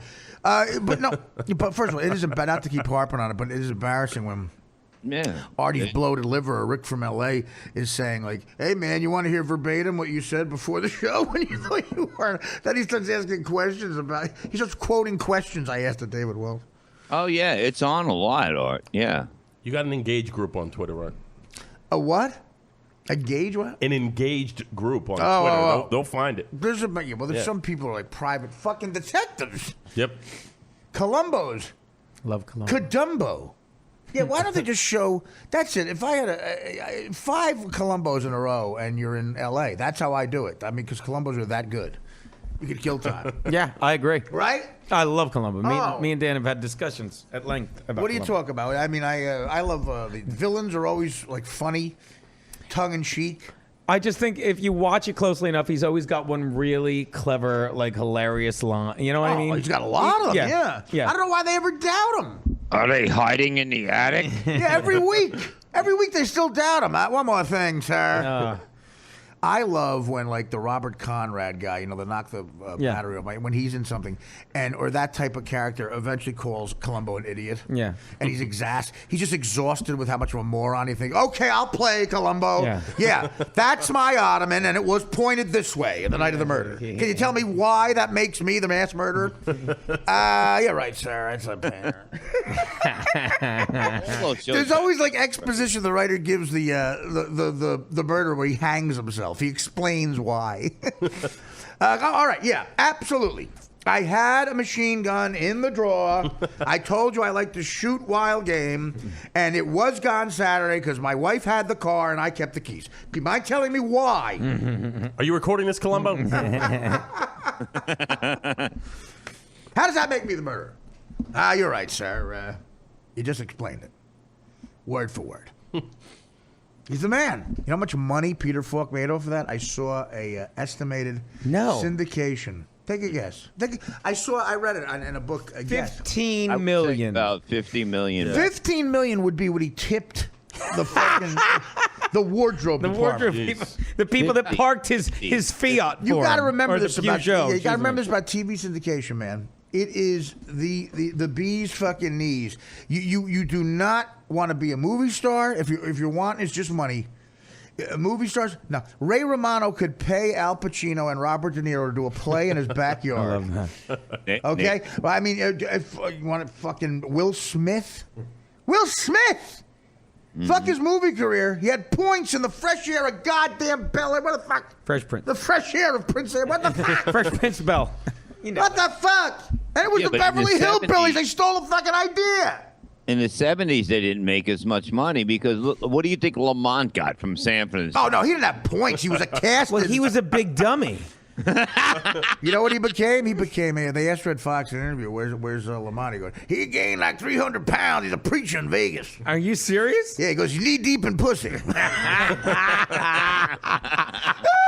Him and Rollo getting all the pussy. Said that on a speakerphone. Fucking love that. They made Norm, poor Norm. The second season of the Norm Show, we were the last rated show, the very last network show. Oh man! So they begged Norm, could you call some people in show business to do guest starring roles? And he made him call Sandler, people he knew, Dennis Miller. Eddie Murphy, because Norm did Dr. Dolittle with Eddie Murphy. Oh yeah, he was the dog. You're right. He's the voice. Norm made a little money from that. Good for him. Yeah, it was big money. Because I think he's in both films. So he called Eddie Murphy. This is where Norm was a cool guy to have fun with on the show.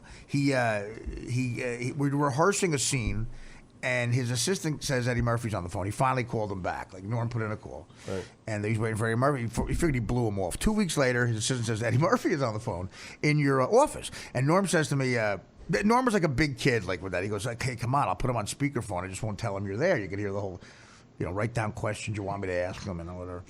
So I said, oh, it's fun. So we go up. It's just me and Norm in the office, and it's Eddie Murphy on the phone.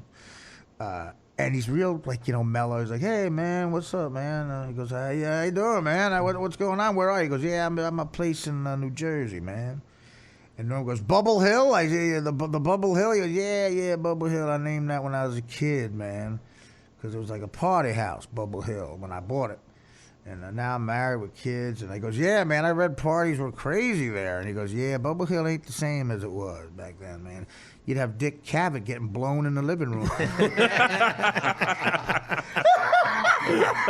So that's how it starts out. And he goes, yo, man, Dan Flato ain't taping this, is it? He said, you got Dick Cavett getting blown in the living room. Unbelievable. But said Dick Cavett, I don't know. Yeah. Great line. He goes, yeah, man, those parties were crazy, man. It was fun, but now it's a little boring. I got a wife before he was divorced. He goes, yeah, you're in between movies. He goes, yeah, man, they send me scripts and shit. And, whose phone is that? Is that mine again? Not it. Oh, that's the studio phone. The studio phone. That's the phone that interrupts stories. So he starts asking him about Red Fox, because we had seen all the stories about Red Fox on the set of Harlem Nights. Yeah. And, what's great about Eddie Murphy telling the story is, in the middle of telling the story, he does a perfect impression that the story's about. Like, it's the greatest storyteller ever. He goes, yeah, man, Red Fox, because he had just died. Right. And he said, "Did you literally? You just died." Like so, Norm said to him, "Yeah, you going to Red Fox?" He goes, "Nah, I don't have to go to that shit. I sent the card." He goes, "He's my boy, but he was a pain in the ass on that. He was broke, fucking during shoot of Harlem Nights. Yeah. The IRS was after him." And, he kept asking me he kept trying to sell me shit. In between takes, he kept trying to sell me shit. Like he would go, "Hey, man, why don't you buy this watch?" I go, "I got watches. I don't want a watch." He goes, "Didn't notice that ain't no ordinary watch. You like Elvis, right? I read you like Elvis." "Yeah, I like Elvis Presley." He goes, "Well, this was Elvis's watch." He goes, "What do you mean?" He goes, "Elvis in Vegas. I opened for him. He gave me the watch." And he goes, "Well, that makes it your watch." He goes, "That ain't Elvis's watch. That's your watch." He goes, "Come on, man, buy it from me. What do you? 10 grand. It's 10 grand. He goes, "You want $10,000 for a week?" I go, "Yeah, come on, man. This is Elvis's watch." And he goes, "Well, 10,000 is too much. Come on, man. The IRS is taking everything from me. Everything from me." Yeah. And he goes, you got any cash? You save any cash?" He goes, "Nah, man, I got no cash. Would I be asking your nigga ass for money if I had cash?" But I do have John Voight's car. What, is that a true story? John Voight's car? No, that's from Seinfeld. What's the story John about? Voight owned this car. He was like a dentist, John Voight. Like, Red Fox is in the story? No, he just pulled that out of nowhere. What the fuck? I'm sorry. I'm good like that. Yeah. I don't understand this thing. But he just so Norm said, "Hey, man," he yelled out the N-word like that. He goes, "Well, yeah, we all niggas." He goes, "What if I said it?" He goes, "I wouldn't tell nobody." He goes, "So what happened?" He goes, "Well, I gave him a loan. I felt bad. I gave him a loan." He goes, "All them old brothers, man, they lost their money. They got ripped off." Y'all totally ripped off. Yeah. He tells a story about James Brown. He goes, "James Brown came up to me when I was famous for about 3 years. And he said to me, you rich?" He goes, "You think you rich?" And then I'm like, "Yeah, I'm rich. I'm rich, motherfucker." He goes, "Nah, you ain't rich. You think you got $1 million? I got $1 million. He goes, "You ain't got $1 million. The white man's got $1 million. You ain't got $1 million. The bank's got $1 million. I got $1 million. You know why?" He goes, "Why?" "Because I buried it. I buried it in the ground outside of Atlanta." Of course. He said, "Wait." He goes, "You buried $1 million? What is that?" Somebody's knocking. Someone's knocking on the door. It's Red Fox. We're having a seance. It's Ghost of Red Fox. It's the hunt for Red October. Oh, they need money. Talking about you big dummies. That funeral was Well, expensive. we're taking a break. Who is it? Oh, You knew he'd come crawling back, dude. it's comedic timing. What happened? He had to go, and I had to catch a train, and I left my bag with my keys in it. What? I thought he could stay. No, he had to go to a meeting, and I got to catch a train, so. Oh. I'm back. Jimmy Palumbo, everyone. Well, you gonna miss the train now? I should go. Yeah, the guy taxi waiting outside. All right, I'll give you want to. Dude, he's great. You're right. I had one question for him, and you could just hire that guy. Honestly, what the fuck? We're talking about making the movie. That was Jimmy Palumbo for your fans out there. He was doing an impression of someone late for a train. Spot on. Yeah. That is a good Amazing. character. Perfected that in the Groundlings. I guess some fans might be interested in this. We're doing we're writing a script. We have a deal to Nice. write a script, Beer League as an animated show. That Nice. is awesome. Beer League the cartoon. So these people I can't say the name of the company. I'll say it to David Wells before the show, and you'll hear it then. It look rhymes like- with nipple arts, though, doesn't it? I'm kidding. I have no idea. What was that? Nipple arts. I'm gonna make people explain jokes from now on. What don't you get? Nipple. What's nipple arts? Rhymes with triple arts. Artie, what do you want, a 5-hour podcast? Yeah. I'll Wait a make minute. you Do that. Wait, we gotta stop here. What's wrong? Nipple arts rhymes with what? Triple arts. Yeah. I thought that was an What's the entertainment joke? group. Don't look at me. Don't drag me in. Oh, I'm not dragging you in at all. I'm just saying I want to make. Is Triple Arts the name of a company? I thought it was. Are you drunk, Gino? Maybe it is. I don't know. Triple Arts. Let me tell you. It shows how little I know about the industry. I thought it was. Ben, have you heard of Triple Arts? Never in my life. Yeah, shows what Yeah? I know. No. Doesn't exist. I'm probably wrong. Triple, like hitting a triple in baseball. Yes. I've heard of 3 arts. 3 arts. Yeah, 3 arts. 3 arts, that's what it was. You're right. Oh, my God. Yeah. Thank God we have that on tape. Why? Is that big a deal that I didn't know triple arts?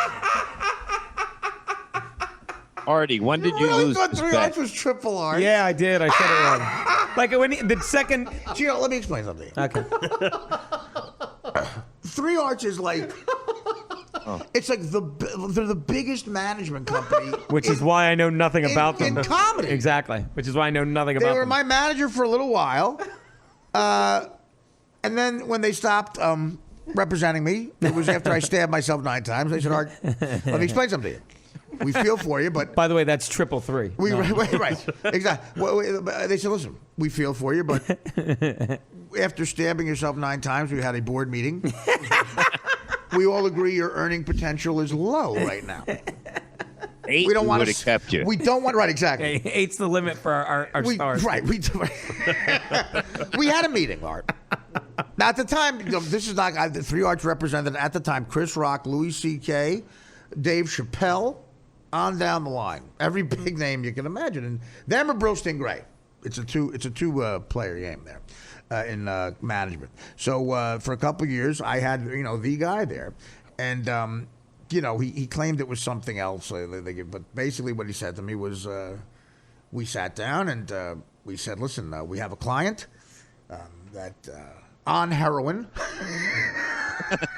while doing heroin. Stabbed himself. Is it Scott Weiland? No, never mind. Yeah, he's funny. He's funny. We Stabbed like him. himself 9 times. Now I'm going to go around the room. It can be a secret ballot. I want everybody to tell me if you feel. And look, we all feel for Artie. We all do. We're not cold assholes here. We all realize. Listen, when he was at Giggles in Chicago, making us 10%. And we were at an ecstasy party on Mount Olympus. He was making us money while slowly dying at a club called Boca Nuts in Boca Raton. With Bob Levy. And he couldn't get in his room. And while he needed the help of a manager that he was making money for, we were at the Emmys after party telling Helen Hunt her comedic timing is up there with Lucille Ball. That's what we were doing. So that's when you were making us money, though.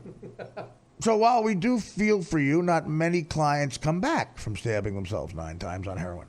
So what we're doing here is playing the odds. So we all went around, and everybody... not to make them sound cold, it sounds colder than it was. Everybody said, we're fine with it being an open ballot. Okay. Because we all have dinner reservations. And this is and in unison. Right, just exactly. All of you, as a matter of fact, we all just want to say a collective yay to firing Artie Lang. So I got the go-ahead from Vito Corleone. To in fact tell Artie make up something, make up like we're worried about him and we think he should maybe do something more productive with his life and like sharecropping, something he's qualified for, become a shepherd. Artie, just take this and I got to turn my back on you. Exactly. That's basically, it was take nothing. As a matter of fact, was you owe us 8 commissions. And then we got to turn around. Bill, so give us something. Pay me money so I can turn my back Pretty on much. you.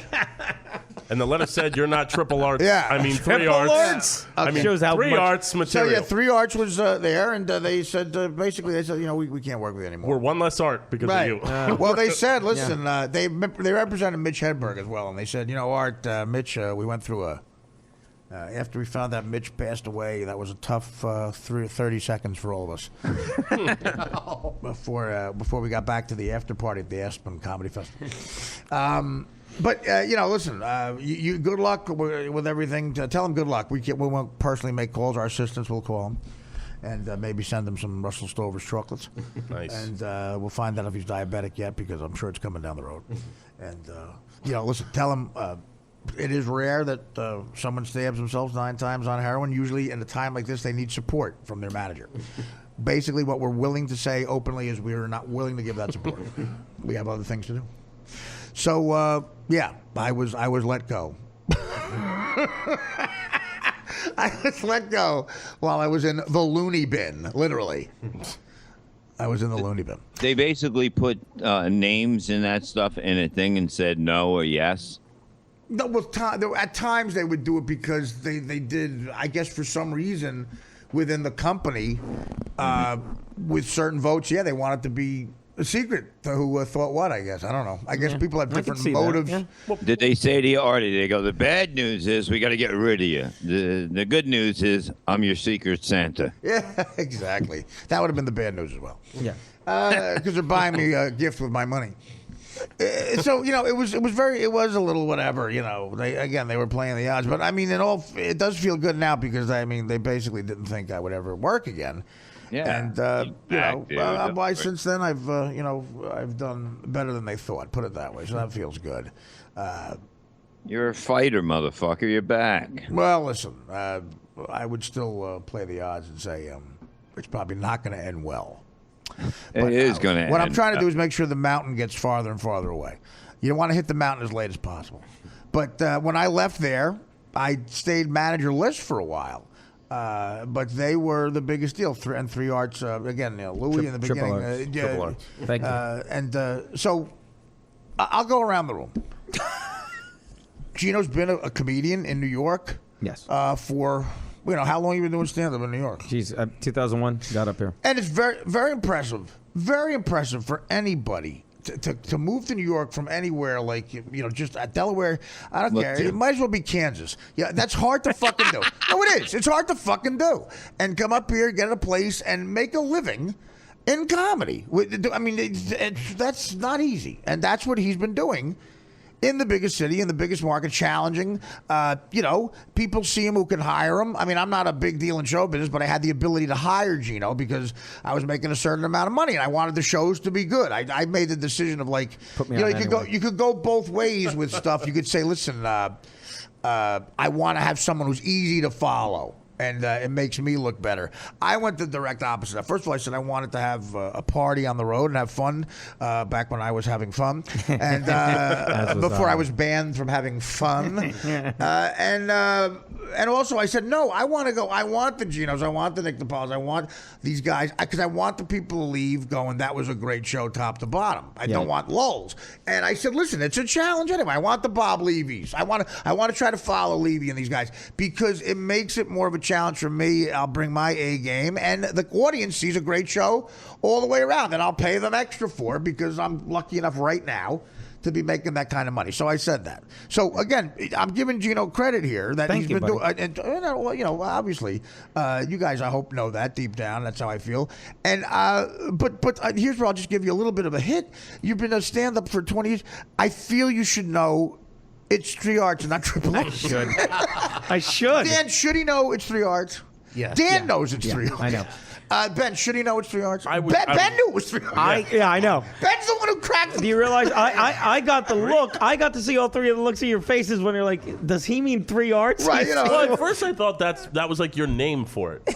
In a way. It's like a hip name, like Boo. 3 Arts never calls me, but Triple Arts. Yeah. No, it just shows that's how involved I'm like, I've started calling them triple. It's not like they're going to call me and remind me it's 3 Arts. A hip way to say it. Yeah. But it's actually longer. Usually the hip way is shorter. Like I'm going to dip, I'm going to leave. No, that's not. I I'm so appreciate the glad- compliment. But you think that. No, I'm just an idiot. Dude, do you realize if you said that around the table at the cellar, there'd be no coming back? If you said that around Keith, Oh, yeah. Keith Robinson and Jimmy Norton, Bobby Kelly, Patrice would come back from the dead to make fun of me for that. Oh, my God. It's the only thing worse than not knowing what the Zapruder film is. DePaulo. It was produced by Triple Arts. Did you know? Yeah, Some of very these good. comedy nerds on fucking Twitter know because they see it on Twitter. That is the worst. These comedy nerds on Twitter who are not comedians, who talk comedian talk. Yeah, great hacky joke. Shut the fuck up. And I think some comedians are getting to be like that. They They're not comics. Yeah, but what do you but mean? So what do you mean? What do they say? They just they talk like all these great, like they break down comedy more than get on stage and do comedy. You know what I mean? Right. It's getting I'm not right. going to name names because I can't think. But we've all seen it's like this Get doesn't on make stage you, and do it. Yeah, this doesn't. But then they get on stage and they're not funny. But everyone's like, this guy's a great comic. He just broke down Carlin's third album. What the fuck are you talking about? Yeah. Get up there, put your Anne Why Frank not just- diary joke into the goddamn ring.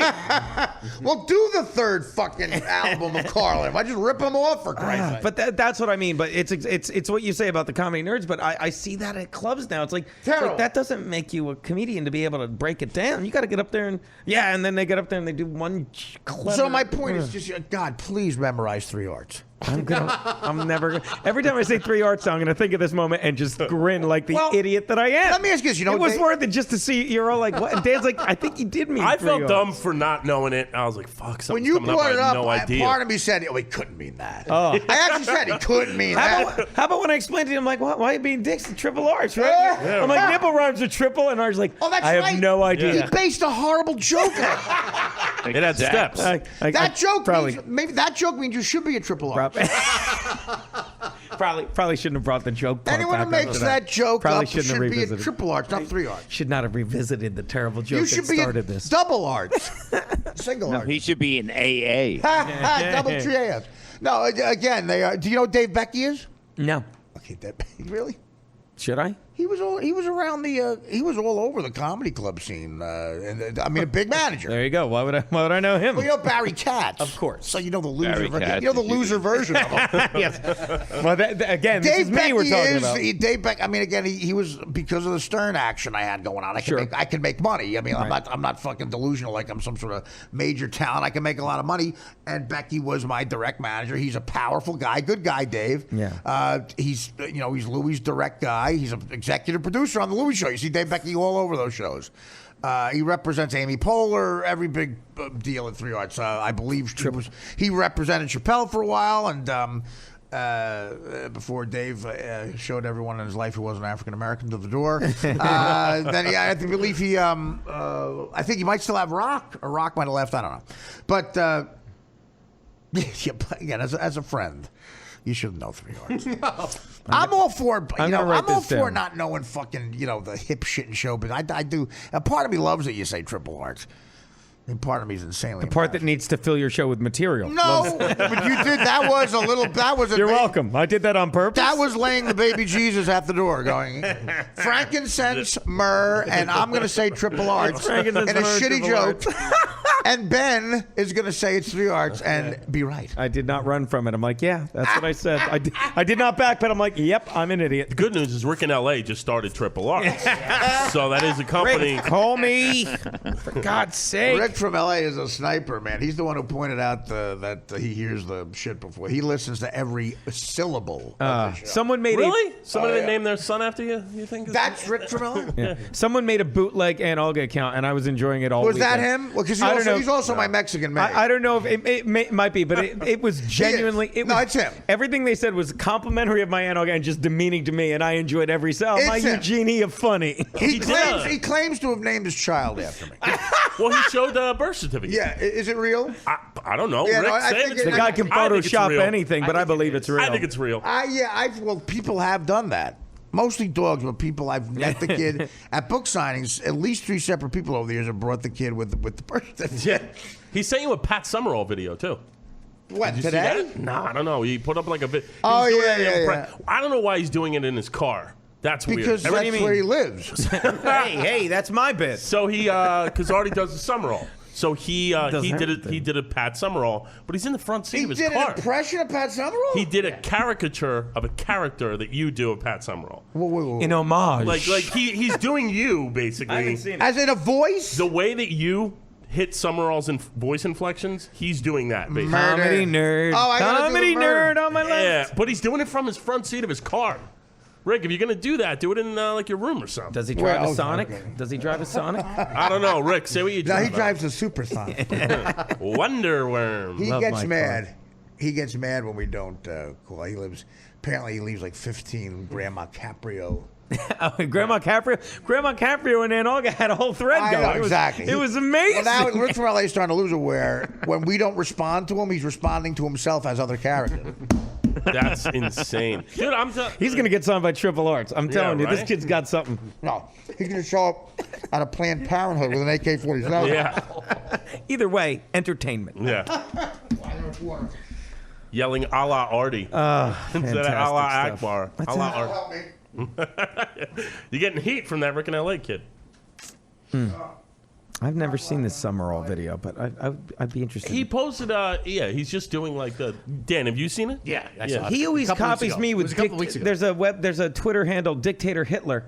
And for some reason, because I do Anne Frank Hitler secretary jokes, he just copies me on all the racist tweets. You know, I kind of I don't know if I'm flattered or insulted, but I read them and giggle. Not gonna lie to you. I was talking the other day over Twitter with the great Rod from Bayside, and we were add him to reminiscing. the list. He is hilarious.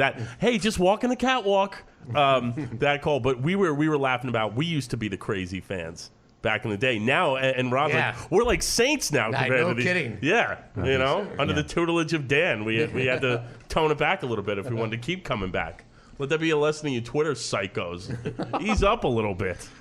Jeez. Yeah, there was a huge war over the weekend. Was there? Yeah, and I didn't understand it. I didn't understand any of it with some Twitter listeners. Between Twitter between beef. who? Like, Was there tweet beef? yeah, Was that a word? Between Rod and somebody? No. It was with some of the other fans, but there was just an amazing fight, and Really? people were check your DM, Dan. Check your DM, like there's a shooter or something. that I like seeing sometimes. Where and then the one like, hey Artie, I direct message you my number. Just call me back and I'll explain everything. Like Artie will drop his shoot with Judd Apatow to call you back. Dan, let me ask you this: how long did you spend on reading the Twitter fight? How many minutes of your life did you spend on it? Probably about 20. Well, when we were driving to Philadelphia, because I didn't understand it. I'm like, you do stare at that. Are you hostile towards Tim, or you stare at that phone, I can't dude? stand the way he drives. I mean, you are like. Dan looks at that. Try and go to a happy place. I can't stand the way he drives. Then I realized, no, he does. Tim, my road manager, is going to kill us one day. He drives too close to the car behind him. And Artie said but it's not even that's not even my problem. It's again, maybe it's millennial. I don't know. It's a Bruder film at the Lowe's. Maybe his feet can't hit the pedals. He can't. Well, no, he's fine with it. He gets it. We have it all the way up there. Got a new phone book. It is just below midget thing. Yeah. But he fucking has the phone down here, man. He's scrolling. He scrolls. And I get tense. And I go, dude. What are you looking at? He goes, oh, the GPS. We're on the turnpike. South. All it says is turnpike, exit 6. We're at exit 8. What do you got to know? Keep going south. Right. At exit 6. Make a right. Yeah. Look at all, yeah. Right. And you're like, if we're going to get into a car accident on the turnpike, it's going to be from a Walmart driver. Not from you, Tim. I wish I got no money from you. Could you imagine could there be a less rock and roll way for me to die than Tim scrolling? That's how Albert Camus died. And Artie I think said, the guy was texting. Artie said, stop looking at the phone, and he put it down, and then a minute and a half later, he's back looking in his lap. He's looking at his lap. No, and I keep saying, dude, you're going to have to make me drive. I can't fucking, come on. You're one fucking job here. And then again, it's like, Dan, the attitude. Dude, I gotta fucking. You know what? I'm not authoritative. I'm not. No. You know what? No. I don't command respect, and it's my fault. I mean, look Artie, at me. you Look have at to me. step up, man. You What do I have have to to step do? up in these motherfuckers. Bob does get respect. Bob, what? You threaten them with bodily harm? What are you doing? Bob drives everyone He everywhere. threatens a windmill. You want that windmill coming? That would fucking make me step to it. Sit down and shut up. Bob has to be everywhere so early. Bob, what is it? How do you get authoritative? What? How do you get authoritative, Bob? You just told me I got. What do I got to do? Listen, you little motherfucker. Put down your phone, and nobody's gonna help you pick it up, so you can fucking text anymore. Well, listen. So you're saying grossly overpaying him is not enough? You're grossly fucking over. You should pay him by his fucking size. He gives me life advice, and honestly, besides CrossFit. What? No, but honestly, CrossFit. Honestly, besides the fact that Can't you I have a fucking skill light bulb? I have a skill where I'm able to, in a night make more than he'll ever make in a lifetime. Yeah, but that's very lucky. But that's all I have. I am grossly out of shape. He's in shape. I do. I'm not a go-getter. He's got more of an. I mean, he's a real pain in the ass. But he's got a positive attitude. He's in shape. I do look like a loser. But forever fucking the universe aligned to where I have one skill where he works for me. So, but he doesn't fucking look at it that way. He's telling me fucking shit. Have you ever disciplined him in any way? Threaten to not hire him, not take him places, I've drop his money? I threaten shit, but no. I've never really gone through with anything. Because ultimately, I need a guy. I need a guy to fucking, get the check while I'm on stage.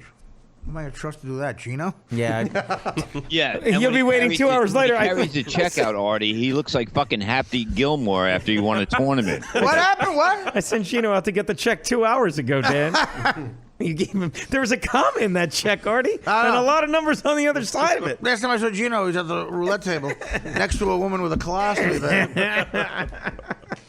This might have been a bad idea. Yeah, he was asking people what the Chargers score was.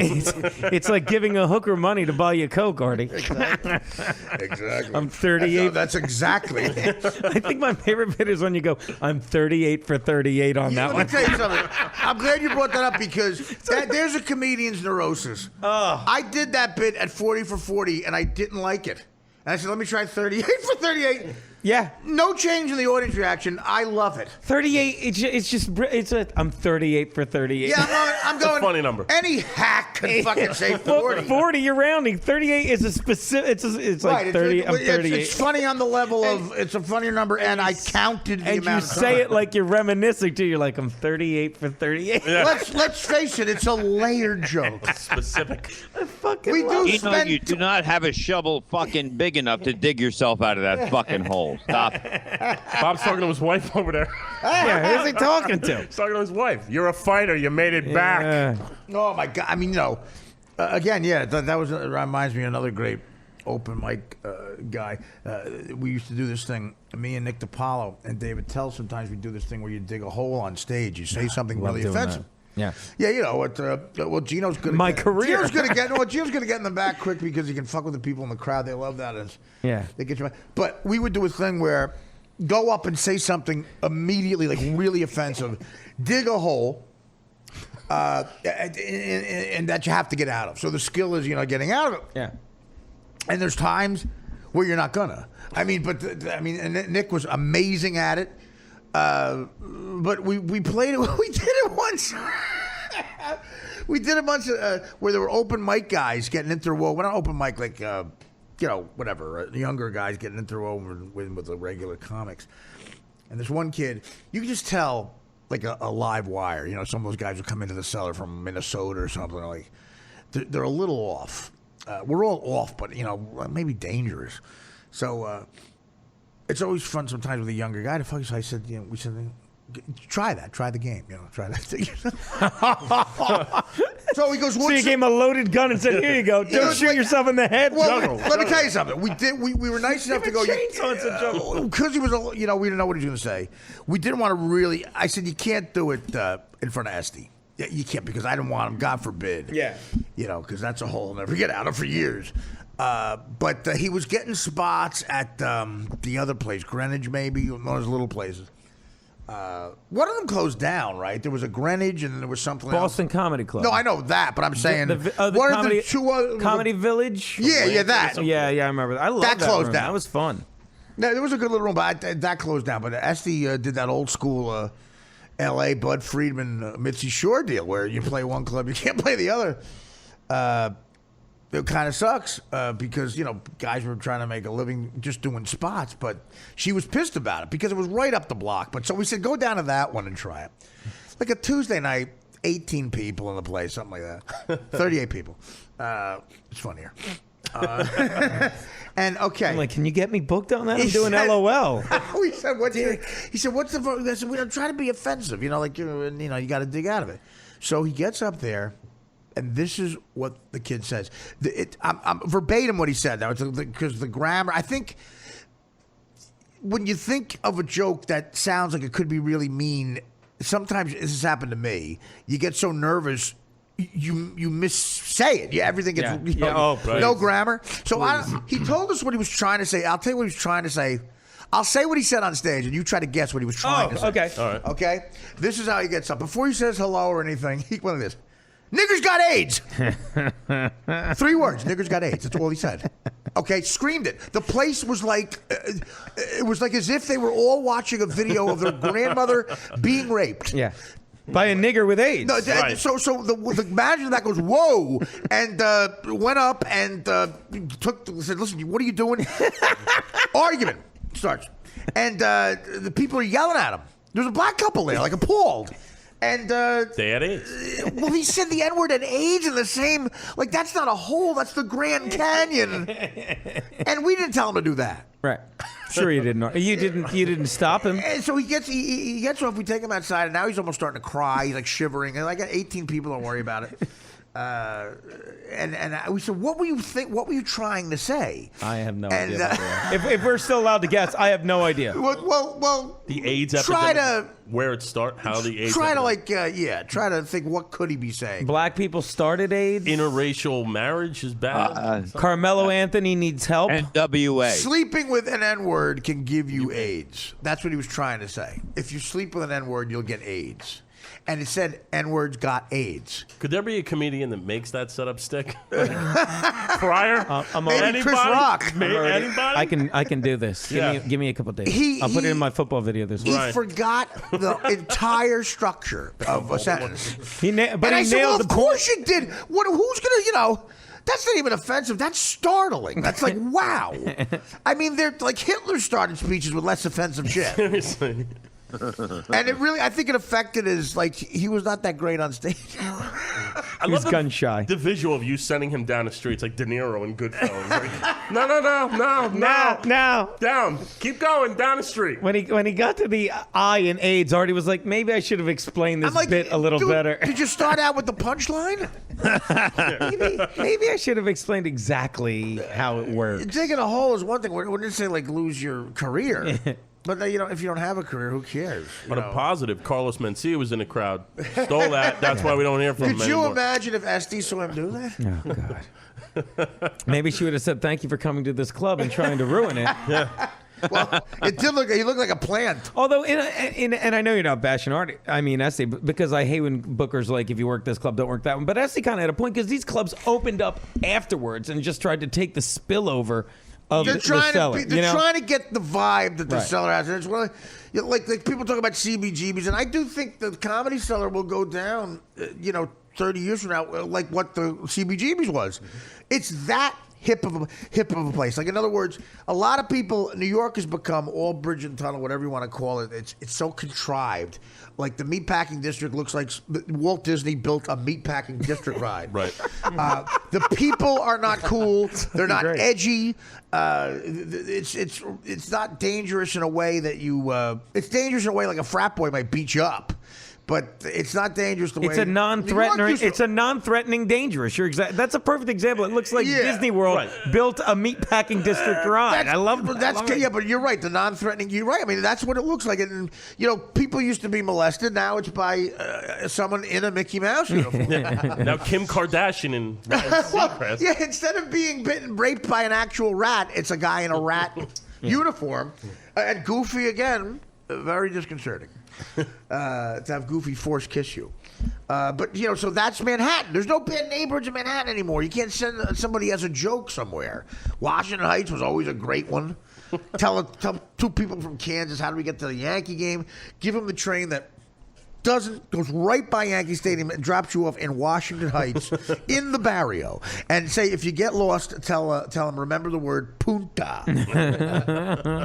So there's none of that anymore. It's all like, Washington Heights, where you would send those people back in the day, has become like, condos. It's featured on like one of those Real Estate Bravo shows. Great view of where they used to say punta and get raped at right down there. There's tours going by. Rick Steves is going. Rick Steves is there. Next, Washington Heights. We go to the lower parts of Washington Heights. We hit the heights with George Washington and his heights. I show you the wonderful places to take the one-eyed wonder worm, which is the name of my assistant. I call it. We have cartoon characters here. Do you remember Goofy? Do you want to join the Mickey Mouse Club? The Mickey Mouse Mile High Club? Do you want to have sex with a rat at Mile High standards? Do you want to take the lower level of the George Washington Bridge, which is what I offer? Do you want to take the top level of the George Washington Bridge? I'm the bottom level. Would you like to take the top level? Would you like to pay $18 to take the top level? What is the toll to take the top level of the Rick Steves Bridge? Well, you'll have to find out later on Rick Steves' bottom top level. Bottom top level. Coming up in the barrio. And he just Now, again, the Greenwich Village downtown, Soho used to be nothing but illegal loft spaces. There's a movie Scorsese did in the mid-'80s called After Hours. It's all about Soho back then. Like, Oh, that's a great movie. yeah. Do you know the movie I'm talking about? I don't know it. Yes, that's Yeah. a fucking great movie, man. You They should try check to it get out. home, right? It's an underrated Scorsese movie called After Hours. Dan, you've seen that, Oh, right? I love it. Yeah. Never heard of Fucking it. great. Yep. It's a great movie, and it's Scorsese, underrated but great. And it's about Soho back then. Abandoned vans and shit. And again, illegal law. Nobody had a zip code. But, of course, that's the most expensive real estate in the world now. And that's what it is. But that's what this crowd at the Comedy Cellar has become, a place where people from out of town, especially comedy nerds, they go by to see people, but people see it ever since Louis put it on the front of that show. It's the place to go. It's like Studio 54 in the 70s. You know what I thought was cool and really honest? I forget who said it on the show a couple weeks ago where they Niggas got AIDS? They do. I checked. They wanted to play. Was it Ryan Reese who said that he wanted to play the Comedy Cellar so bad that he didn't even want to walk by it? He felt it was like bad luck or something to walk by it. So that Yeah, was a well, cool- Pete Holmes said that. Pete Holmes. Yeah, that was a really cool The way. kid who now has his own show on HBO. Yeah. Really cool way to put how great that place is. It's so funny how show business works. Pete Holmes would tell a story about moving here and in around 2003 or 4 and going by the Comedy Cellar and being intimidated to talk to me and Dave Attell. We were outside having a cigarette. I cut to me auditioning for him. Yeah. And Judd Apatow. That took 10 years, and it was a lot of fucking up on my part. Let's face it, I was no help to myself in those 10 years. But yeah, that's the business, man. You just watch these people skyrocketing past you. I feel that's normal, by the way, to be intimidated. I'd rather have my dad disappointed in me than you guys think I'm a hack. To be honest, You're looking at both. I would rather.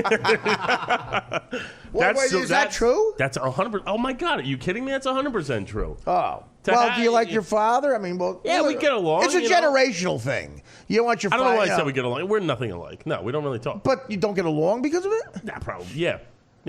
It's a bad thing? Like you... It's not bad. It's like neutral. Like your stories about your dad, I was kind of revered playing baseball on the golf course. Well, my old man, on some level, if you judge a father by someone who, you say a good father is someone who spends time with their kid, plays ball, pays attention to him, and that type of thing.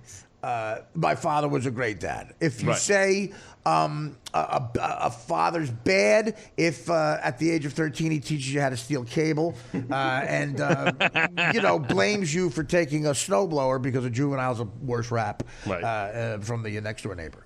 He stole the snowblower from the next door neighbor. Beyond him, though, just thinking that, like, as far as the respect of other comedians, like the fact that you don't think I'm a hack, I value more so. Like that to me is social currency. Well, well, there you go. But after a while, you realize, what does it really mean? Well, you got your own thing going on too, but it's just like I'm not like everybody else, and the people that you grew up admiring or seeing on TV or listening to, it's like, wow, they think It's I'm very funny different. too. I think we're way more accessible. Like the people I grew up loving, I can never meet them unless something happened. Where there's a lot of comedians now. And they're more accessible. You know what I mean? In a way, okay, right? they could be, but they could be accessible, or you could also just ignore. Like I'm sure that a million people approach you; they're accessible to you. Yeah, but Artie does not ignore them. Like it's so like him and David Tell are probably the two nicest people. You could just go up to them and start talking to them, and they're going to talk to Always you. post a picture. Yeah, but here's the thing. But again, I appreciate you saying that. But you got to realize it's like if believe me. If we were, sometimes I start to fool myself, and you gotta catch yourself. If I go out one night in the city and I walk down the street and I get recognized, and I get recognized quite a bit at this point, to the point where it's like, okay, you know what? I'm almost like, wow, I didn't ask for this because I feel like I'm being watched a lot. But then I realize then you go out with someone who's really famous. Like when I would go out with Howard, I'd go, I'm invisible, and they don't get approached because they're so famous. People are intimidated to go up to them. Like that's real fame. What I have is kind of like that C-list approachable. Hey, that guy, I know that guy. Almost, you give him a hug. I can approach that guy. Right. if me and Harrison Ford were in a restaurant together, a casual restaurant, no one would go up to him. They'd come up to me, but no, because they're afraid of him. He's like the president. That's real fame. And they'd say, "Can you get Harrison Ford's autograph?" No, they'd be like, yeah, they would. That's real fame. And you realize, God, I'm kind of famous. I'm not like.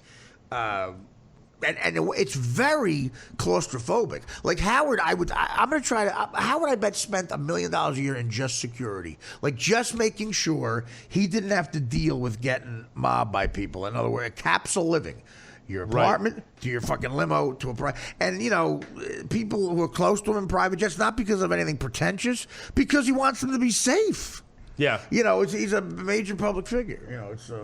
Danny knows a couple of very famous people, like one in particular, obviously, that, but again, Mitch Williams. No, Bill Murray. We can say Bill Murray. You're talking about it. Danny knows Bill Murray very well. And there's stories about Bill Murray where he seems to be able to, Bill Murray is more famous than Howard Stern, certainly internationally, and has been for a long time.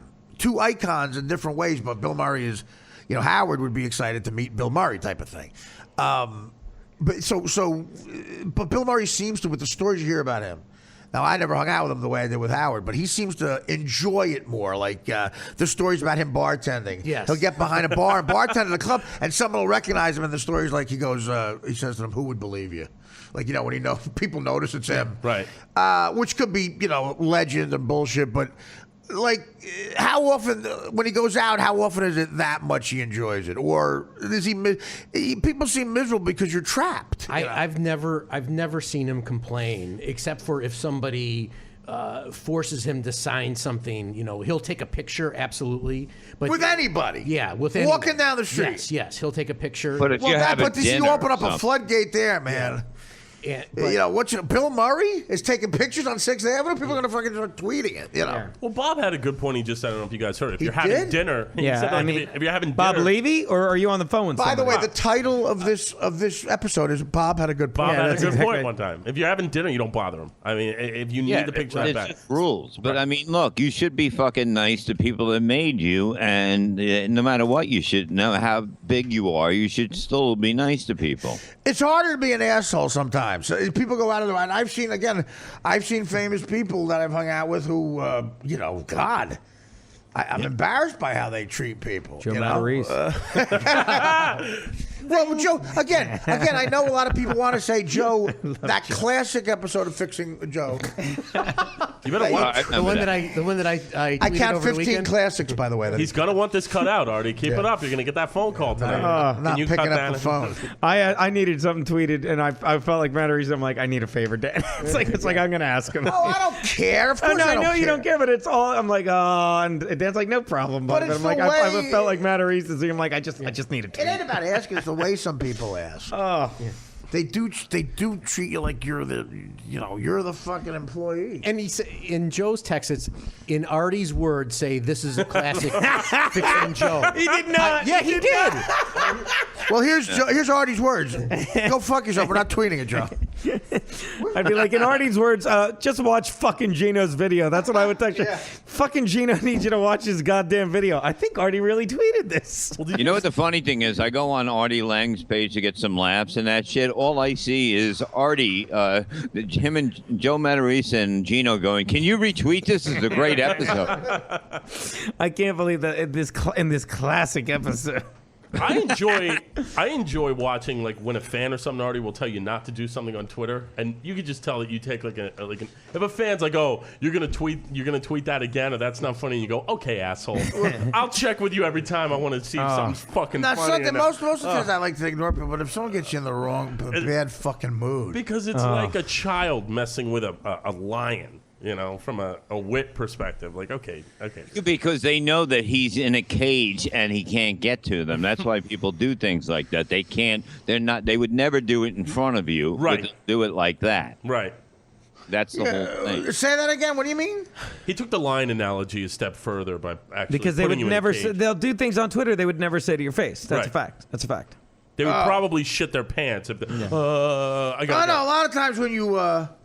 When a lot of times when you confront them, they'll immediately apologize. Like, I big was fan." just fucking with you. Yeah. Always. Yeah. Well, not like it happens to me as much as you, but always. Oh, I was just kidding. I'm a big fan. Right. Well, then fucking. Some guy. By told the me way, yesterday, he goes, go ahead. Well, Bob, wait. I want to compliment you right now, Bob. Here's the sense of humor Levy has.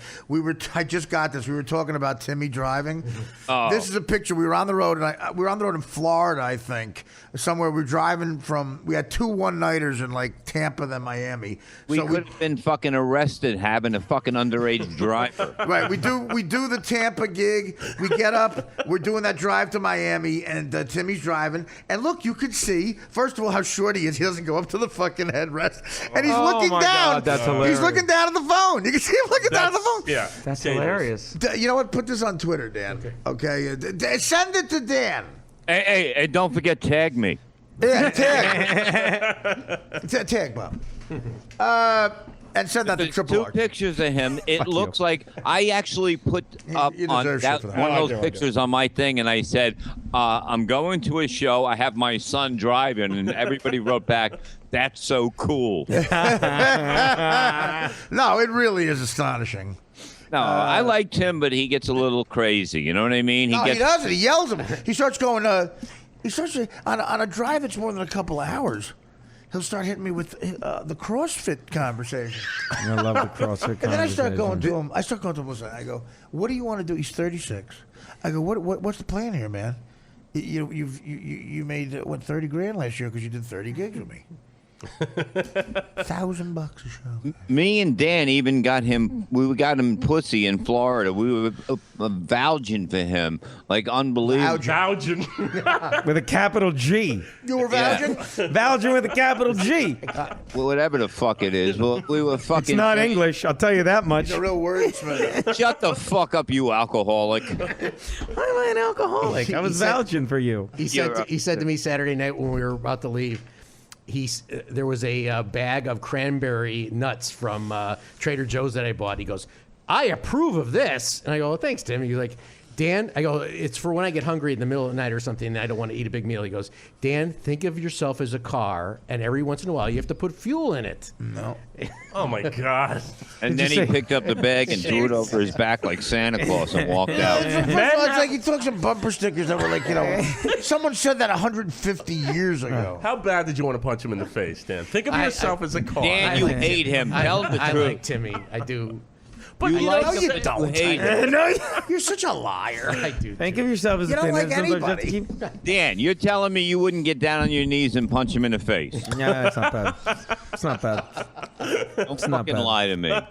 No, he, again, he can be he incites rage. He does. When we were driving back Saturday night, there was a road rage incident in front of us, and well, Artie yeah. said, "Slow down, Tim, slow down." If something happened, it looks like one of the cars was going to flip over, and Yeah, they Tim was were like, moving. I'm fine. Now he gets, but do you know a similar person? That's exactly what you do. Yes, you do. He doesn't want to. Okay, he's doing Artie. it right now. He's doing it right now. No, I don't. Okay. I got a question for you guys. Do you think if he was 5'6", he would act that way? What do you mean? Like almost normal size? I don't. Yeah, yes, he would. Do you think 5'6" is normal size? He's a dick at any height. Why wouldn't he? No, he's like 5'2", I think. Yeah, but you're saying 5'6" is borderline normal height? He's a dick at any height. No matter what? You don't think if he was a regular, normal size man boy? No. He can't get rid of that. Regular? It's in his blood. I don't know if I can vouch for that. Yeah, I can't vouch for that, whether he's a regular guy. It's in his blood. Very honestly, and he wants to be a manager at Triple R. It's not going to happen. When Bob Levy dies, he's going to get him. They're going to mold the letters he left out of all the words he ever spoke. You have to think of You have yourself. 7 dozen U's. Shut the fuck up, Gino, you fucking drunk. U's. So you're claiming, Gino, the talk show you were on this past weekend, you were not drunk on the air. I was not drunk on the air. People, that's how people start wars. People say, should I, I don't think tweet? there's- I should I tweet Gino was that- drunk? I said, well, you can't. Don't do that. First of all, that show was. Why didn't someone tell me what that show was? Well, what is it? Well, here's what I know. Okay, Bob. Give us the confrontation. What did you see and what happened? I wake up in the fucking morning. The game was on. The show's already bullshit. The game was on from last night, so I have Foxx on, right? This is And all of Friday a morning, sudden, by the way, everybody. I hear Sorry to this interrupt. Bob. cackling from the outside that sounds familiar without the mic on. And I go, that sounds like some asshole I might know. And so far, all this of a is all sudden, exactly They go true. to a picture of Gino, and he's got some kind of pizza shirt on, right? And they go, "What is that?" And he goes, "Well, it's my cousin's place in Utah." So he's plugging a place where he should have an Artie Lang shirt on, plugging the Artie You're Lang welcome. show. I did not have an Artie Lang And shirt on. then then they cut your doesn't mic exist. up again, and you started babbling again from the back. And they go, "Oh my God, we might have to get him out of here." Is that what they said? That Yeah. did not. I will tell you what happened when you. First of all, I get a text message on Tuesday from Joe Conklin, great comedian out of Philly. He's like, "Hey, if anyone's around Thursday and Friday, they're looking for people on this Philadelphia morning show." That's all it said. So then I'm like, "Oh, that works out because I'm in town with family on Thursday and Friday. You know, I'm at my brother's, hanging out with my niece and nephew. Shout out Nick and Danielle." Odds are you're. What are the odds you be in town? What are the odds? It's not like I was in New York. So I text the guy. I'm like, "Hey, That's the weekend I'm not headlining the MGM Grand in Vegas. So I text the guy my Sizzle reel, and he sees all the stuff I've done. You know, it's got NFL Network. Can you please just isolate Sizzle reel? Is that bad? So I text the guy my Sizzle reel. I don't know one successful person that's ever said that. Go ahead. Artie. If you have a Sizzle reel, you have someone else who texts it for you. Okay, Gino. So you're No, I'm there. enjoying. Sizzle reel. Is that real? I sent my Sizzle reel to Triple Arts. Sizzle reel. I like that word. Is that not the right word? Oh. Jesus, it's 1968 again. You're not gonna. Triple Arch is gonna drop you, dude. You don't have a drizzle reel. You got a fizzle reel. You're on fizzle reel at this point. You passed sizzle reel in 1989. I'm kidding. So after they looked at 9 people's tapes, they seen your fucking fizzle. So anyway, reel. I send them my Sizzle And now reel. you're in the corner. I basically hear your voice screaming. The other guy's trying to No, help. wait. Here's the point. That's not what This is happened, what by was the way. funny because right. Bob was saying that you were yelling grassy knoll type comments out. No. And they were saying that you were annoying them, which is kind of what you did in Montreal. And almost. First of all, neither of the. Okay. Now I'm just going to shut down because No, what is true? Because I've had it with people just not. Don't Anyway, shut- Dude, dude. If you can actually rebut this in a good way, it could end up on your sizzle reel. What is on the sizzle reel? Oh, first of all, and you would have been annoyed too because I tell the guy that I want to go on and talk. And were you talking? Yes. I would have been annoyed. No, I was gonna. He wanted like someone that knew sport. just real quick. Well, why were you there? Real quick. Those picks You are were really. plugging a pizzeria. Tell him what my picks were this week. Yeah, but Tell right. Captain Who I doesn't watch and thinks he's fucking funny. Bust him up. Captain Who I doesn't watch. 7-2 against the spread this Wait, week. 1 second. 7-2 against the spread. Tell me what's on your sizzle reel. I have to know. How long is it? 3 minutes. I want to make notes. Your show, mostly your show. Wait a minute, is it? No, it's not. There's a lot of your show. Is it the DirecTV show? Some DirecTV. I did some NFL Network stuff. What are you I did an doing? ESPN commercial, What are like you- stuff that really makes me look Clips? better than I am. Clips of what? What's that? What are you saying in the sizzle reel on my DirecTV show? I think there was one where we were talking about Thanksgiving games. Me, you, and You telling Richie. Moschetti has Asperger's disease? Because that's also on Moschetti's sizzle reel. I think I might be doing the Rosa Perks joke on it. That's my favorite. But here's let me. you know what's odd? You're the only person who has crossover bits with Moschetti on each other's sizzle. But what, That's on mine, Gino. What annoyed me about that show was like it's some hokey morning show, which is fine. But then the guy's like, "I got my friend Gino on. He's gonna make us laugh." That's what he How said. did you wait? How did you find out about the show? Who called Because you? Joe Conklin sent the text, and Joe Conklin's a really legit radio comedian guy in Philly. So I'm like, this is probably a good show, but it was some hokey morning show where the guy doesn't know. First of all, he's gonna. If someone says to you, "Ben's here," he's gonna make us laugh. Aren't lot you of like, pressure. No, it's the Gino, opposite. Like, Gino. fuck, First I'm of not all, your clown. legit radio guy in Philly makes no sense. Wasn't Howard Stern in Philly for a while? Oxymoron. Yeah, but out But of he New was York. syndicated, you're right. Gino, why were you not mic'd when you were yelling stuff and talking? I was mic'd for the first segment that you didn't see. The question is, why were you ever mic'd? Yeah, you're trying to get way too much out of this bit, Levy, when the funniest Look, part look, was Gino, Bob just I'm texted just me. He's like, saying "Are you that there?" I to got- listen to Honestly, the we pizza?" should have turned the mics on. Yeah, I wish you had on this I guy. got a lot of people hit me up and go, "Why is Sizzle reeling Gino out. drunk in the morning?" I wasn't drunk. Okay, people at the gig were saying that last last night too, but they were. People, Well, who I gives see a those fuck? people be wrong Yeah, too. yeah. If you think I got drunk and then drove from Jersey to do this awful show at 7 a.m. Right. God bless you. I was drunk. I can't be bothered with the stupidity. But if you I watch, can't be bothered. but if you watch it, I even got some comments from people like those guys were idiots because literally, if someone says to you, "Hey, Artie's here to make us laugh," aren't you like? Fuck you! Why don't we just talk sports and let me be funny? Right. So I just Artie's here to make us some eggs. So then I do the thing, and they're like, and I'm like, am I done? They're like, no, stay there. We want to come back to you. done? So I'm watching this boring horse shit, and at one point, this is what Levy saw. The guy is talking about his Thanksgiving, and he's like, "That's my wife." And I start doing. I'm like, "Wow, you really outcut the coverage When on you're that one." yelling it, like you're yelling No, out, but- cut yeah, your your cut mic downs on the isn't guy's wife. You're yelling. Yeah. Is that your wife for a fuck? Shut up. That's exactly kind of what was going on. And then they swung to me, but it was like I was being held hostage in this goofy, Is this on kooky morning zoo show. Is it on YouTube at all? Do they have a website? I It looked might be for it. on I there. think so. I don't think so. YouTube. Gino, did But Anna were look people at at your that? gig? And by the way, same thing. It's like that's what they said at No, your people. show. In Gino's defense, especially around the Philly area, they exaggerate. Like one guy called into the Stern Show one morning after a gig in Philly and said I bought 20 Percocet off him when it was 15. See, that's bullshit. why. That's bullshit. That's 33% more.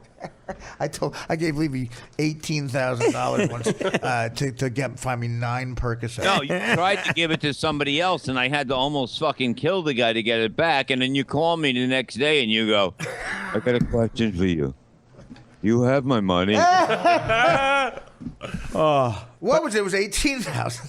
Bob goes, "Yep, all 12 of it." 18,000. And the other time, no, that was nothing. That was just one time. I just fucking. Artie, I missed those days. I go and hand him another 20,000. Well, you He wanna goes, even "What's like- this for?" yeah, I go, yeah. "We had bonuses." I know. And It was he's like, 38 "What?" grand. And I'm like, what "Just a fucking country! take it." My father my father had to climb roofs 12 hours a day to make $400. I'm sitting there with a blood alcohol level of 4.8, kicking poinsettias into the front row and taking a woman's eye out, telling fucking fart jokes. I remember and the poinsettias. 38 grand. That's It's gonna be a good summer. They Amen. took all the plants off the stage. That was in Wilmington. You were What? kicking the poinsettias. That's right. The woman wanted to. I was fucking, at that she one. called the fucking show. At the Kahuna or something. Said I took Big Kahuna. Said I The took big her eye one. out. Oh, that's fucking great. I sent her. I said, "What are you in Delaware, honey?" I said, "Yeah. I'm gonna send you $2,000. Get into the house." That was when Dan. That was when Dan, the song. You're like, bring up Dan. I bring him up, and he starts trying to do stand up. Yeah, I I wanted know. to kill him.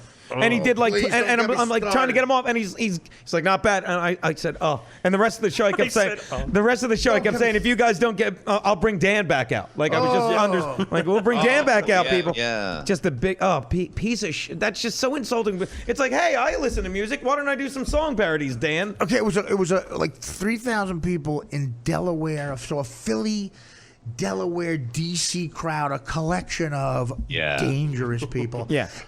There was of course, the green room had no bathroom. So I went to take a leak in the public bathroom there was a little intermission or whatever the fuck it was. If you would. Okay. The group of people in that bathroom. I took a shower at LA County Jail. I was less scared. And you were naked. Less scared. Like guys, those like Guido guys trapped in 1988 at Hunka Bunka Ballroom. Oh, you remember the fight in Philly with those fuckers? Well, listen, acid wash jeans. Yeah. Like, you know, with the big collar. Still have 2 pairs. That woven belt. Yeah. White shoes with the white belt, red hair, like the Northern Italian kids with the red hair. Scary Artie, that happened at the Electric Factory They all had that pills. night. Remember that? What Electric Factory? The Oh, in Electric Philly, you Factory. mean? What- Remember, Dave Schultz was back there. 3 guys. The hockey player? Yeah, and he does comedy Yeah, he now, got to right? stand up for Yeah, him. was Dave Schultz at our show? Fuck is going He on was with this hanging out business? with us. in He the back and was. That's talking to right. him. That's And somebody right. goes, hammer. 3 He had a guys fur coat on. dressed up like 70 guys are bothering your girlfriend. And I go, hold on, I'm going to beat the fuck out. And I Who, threw the Dana? guy in the garbage. You remember that? Wait, Dana? And a fight broke out. Wait, they were bugging Dana? No, they were bugging my girlfriend. Oh, your Kim. girlfriend. I thought you were my girlfriend. Now, is this your wife now, or what girlfriend No, is this? no, she's gone. Okay. She couldn't drive either, though, right, Yeah. Bob? I dumped her and got rid of her. You know? She got a tattoo of me on her leg. I go, that's a good move because I'm breaking up with you. Oh, wow, really? Oh, Yeah. fuck that. Hey, listen, but the fucking funny thing is that. Now, we were waiting for something to be funny. Oh, shut up. Yeah, you will. Okay. Coming up, the funny Let's thing. get back to your drunk fucking shit. When we come back, the funny thing. Yeah, my wife's here now going, who got a tattoo of you? Kim. She got a tattoo on her leg. Is that Christine? Oh, Kim. I remember Kim. Jesus. I dropped that it. chick was bananas. Remember me, you, Kim, and Dana? That was actually we had a bonding night. We went to the car. We did a gig in Long Island. We got the cash. Again, the Jesse James and Dick jokes. And we go to the Carnegie Deli in New York. Yeah, I loved it. Those were the days, man. Yeah, we went out. We went to the Carnegie Deli with. Remember that with Artie? You there? Talk. Me? Yeah, you were there. I've never been to the Carnegie Deli. You were there. Oh, that was some other girl. That was some other girl. You. Oh wait, that was but she wasn't around. That was some lucky girl that dodged a bullet. Look who! Look, it's my favorite. Christine, It's Shot my Store. What's up, Christine? How you doing, sweetie? Hi, Artie. Good to I talk to miss you. you. We got to come visit you. I miss you too. I love Christine. I always said this. Go Cavs. I was saying that too earlier. She's a good woman. Good woman. Did you see Gino drunk on that show this morning? That morning? No, she had to go out and make money to pay the rent. No, I work, honey. I'm Yeah. at work all day. Yeah, well, let's get this dynamic. Go get your Tampax. I was watching a dog. That's what I got to do. But Gino goes on there drunk, okay? I don't know He's what- working the Cut off his mic. He's yelling from the other He's side. watching Gino on the phone. That's so funny. Fucking guy. Oh, yeah, what? Yeah. Some old guy's trying to get his fucking big TV in the back of the car for his Yeah, it was a grandkid, and they terrible ruined his show. fucking goddamn I wish I was- Christmas I because they wish I- showed it on TV and who the guy was. I wish so, I was and drunk on Gino that show. starts babbling from the background, and they go, "We might have to cut his mic off." And then they made him do like 2 minutes on sports. Look, Gino, I felt bad for you. I only laughed for like 3 hours after that. While he's talking, she's unloading what she bought for him at the store. Here's your hair dye allowance. I got the almond milk you liked. on Poor Sizzle. Christine, she's out there, my God. You know what, Levy, you are good. You know how to handle people. You really do. Here from the. Yeah. I mean, honestly, Christine, Bob is really. We know Bob's a great guy, a classy guy. And Sweetheart. You're a good couple, but I tell Bob he hit a winner with you here. You really have to keep that girl. She's a sweetheart. I mean, you really are. God bless you. Thank you. Pride of Cleveland. He's very high maintenance and exhausting. Well, yeah. I mean, A lot of stars are like that. Yeah, exactly. He's temperamental. He's temperamental, Yes. but he's a good man. Yes, and you he has a very good heart, and he will do anything for anybody, probably to his detriment. Absolutely, you're right. He's a loyal friend. He's a good guy. Yep. Somebody came into the house the other day. They wanted UPS. They go, "Can you sign for this?" I don't sign stuff. My wife will. Right. Well, I mean, of course, you don't know how to write, but But at least they don't cut my mic off on TV. Hey, speaking of sports, you two, what do you think tonight? My Browns or those stupid Ravens? Oh, well, The Ravens are going to cover. Johnny Manziel is a joke. Josh McCown was paraded out there after Johnny Manziel What do you think of Manziel? handed him the job on a Patron silver platter. I think it's the Ravens. I will tell you, I was screaming on draft night. I was so pissed that they passed and didn't take Derek Carr. I wanted Derek Carr so bad. Listen to this. Yeah. It was good. Dan was just saying how big he was during that draft on Derek Carr. Let me show you this is a perfect example of what a catch Levy has. First of all, the woman you hear talking so eloquently about Cleveland Christine sports Ostrowski. is not only a worker and makes money and is currently paying for jet black hair dye. She's a wonderful girl, and she's a doll, just a doll, a sexy little doll, if I might say that. She's very sweet, good looking, and knows sports. He knows everything about sports. Yeah. Makes one of you. That's awesome. He knows Exactly. more than Gino. She's doing Christine picks. What's the Oh, spread? can I tell you guys 2.5. a funny story really Cleveland quick? Lions. Well, Bob can't, so you do it. Bob, do you think you could not interrupt me? Shopping and the funny story. Okay, we'll have sex. Okay. You know what? What you did, the thing most said before someone says, "Can I tell a funny story?" is, "Bob, don't interrupt." Bob, just quiet. Go, Okay. go. I work at a retirement community. I'm a sales director for a retirement community. Yeah. And one of my little old men He makes a football pool every week. He makes a handwritten chart. He puts the spreads. He picks like 10 college games and then all the NFL games. Yeah. Sure. So it's $1 to enter this football pool. And there's like 15 people that enter it. It's $15, Bob. I'm the only girl. It's all old men and me in this football pool. So I won it last week. Nice. Do you know I had 5 old men in their like late 80s and 90s trash talking me. That's great. They Wow, came in really? and they're Sounds like, hot. don't think you're gonna win again. You got lucky, and Yeah, well, listen. I mean, yeah, it's funny. 80s and 90s. So you go to work and everyone looks like Bob. Yeah. except they're With in darker better hair. shape. With dark. Well, no, you got to be careful. So now what's going to happen? You're going to get in it next week then? Two will Well, be right dead. now I'm tied with one other guy, and I'm kind of hoping we both picked Cleveland tonight. She's hoping he dies. I'm kind of Yeah. like, oh God, if we tie, I'm just going to give him the $15. What's the spread? 2.5. Browns giving 2.5? Yep. It's in Cleveland. In Cleveland. Ravens are. How many times is the Ravens winner? are giving 2.5? Yeah. No. Is that Ravens I thought are you said getting. that they- Okay, Ravens no, are right. getting, Right, yeah. exactly. Ravens are getting 2.5 in Cleveland. Hey, But remember, the Ravens don't have their starting quarterback or running back. It's Javorius Allen and Matt Schaub, Flacco and Javorius. Javorius. number Flacco. three. Flacco. Tony- You went to Delaware. You mispronounced his I always say quarterback. Flacco. Just when you I don't give a fucking, just when you thought you've heard every black name, Javorius. comes out. Javorius. Yeah, my God. Joe Flacco and Justin Forsett are out. Oh, why? What is good about the Cleveland? The secondary good? Manziel's a bust. I mean, Worst rushing attack. Manziel's not playing. Duke Yeah, well, Johnson. what's the record? 2-8. All right, fine. I thought they were contending. And the Bummer. Ravens are 3 and are the Ravens 2-8 or 3 Well, and I 7? thought the The Ravens. Ravens are 2-8. To me, for some reason, and I don't pretend to know the game. For me, I didn't think the Ravens would be that good. I did think the Browns would be there. What a disappointment. Yeah, but Josh McCown isn't the answer, and Johnny Manziel isn't any good. Yeah, Johnny. I thought they would maybe overcome. I didn't think he's any good either. Johnny Manziel went into rehab in the offseason, and I'd love to hear Christine's thoughts on this. I'm not kidding. I think he's not some kind of drunk that he wanted people to believe, well, if You I think go. it's just booze? No, I don't. I think it's the opposite. I Pills. think he was like, look. It's cock. But he was acting like if he went into rehab, people would be like, oh, well, let's give him another chance because obviously whatever he was on was affecting his play when he's used to playing on whatever he was on. And he came back just Yeah, maybe as shitty the problem is he needs to be. Yeah, Right? But he all he did was come back thinking he got away with something, and then he got caught drinking 2 weeks ago. Yeah. And he It's still brazen, and too. it is because he went like this. He's like, tell everyone that it's an old tape. He told all his buddies, hey, tell them because he thinks Right. he's smarter. Right. He's a liar, and he's not mature. Here's my thing. Okay.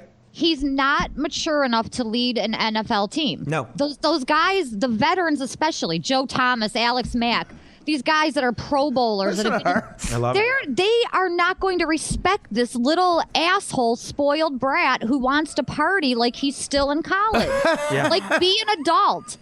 You Yeah. know, I mean, just be an adult, do your job, collect your millions of dollars, and shut up. That's your all he fucking has job. to do. And she sounds like she would look like Dick Butkus. Yeah. She looks like a cheerleader. It's Hey, really, unbelievable. for the That's pick'em. all he has to do is just throw the fucking ball down the field Yeah. and shut up and behave. But you he let never yourself learned. bullshit. do. That's what she sounds like. My husband cannot throw and catch the ball. He never learned how to play in a pro style offense. He No, doesn't. and he can't see over the offensive line, and he can't throw out of the pocket. I mean, in the pocket. And if and they're onto him. I mean, they know he's going to get out of the pocket, and they're going to tackle him right away. Tackle and him. he can't see over the O line to Tackle him. even throw downfield. You must be sick of this. You're getting that Bob can't get anything out of his pocket. I gotta go, guys. I'm late for. You know where I'm going right now? I'm actually a Stuttering John charity stand-up gig at Gotham. He was on the Tonight Show. Right. Okay. Booked 3 months ago. I forgot. I fucking said my week. I thought I had a light week. I got John. I got the Harry thing, which I love. I should plug that. But I'll be in 3 hours. I'll be at Gotham doing a charity set.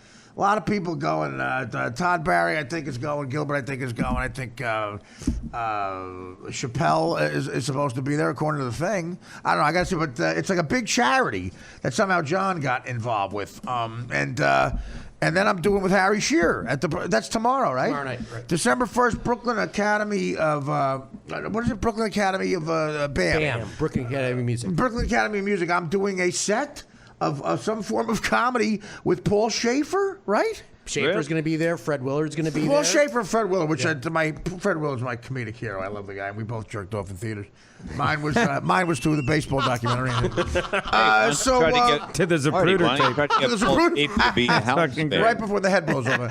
Yours goes first. That, and I'm taping Gotham Comedy Live for Mark Cuban. It's my third time doing that. Cuban, by the way, every time we do that show, he comes on my show the next time. He did DirecTV. I'm gonna fucking guilt him into it, Dan. You got a number over there? Yes, I do. Guilt him into it and say, Artie did your live show again.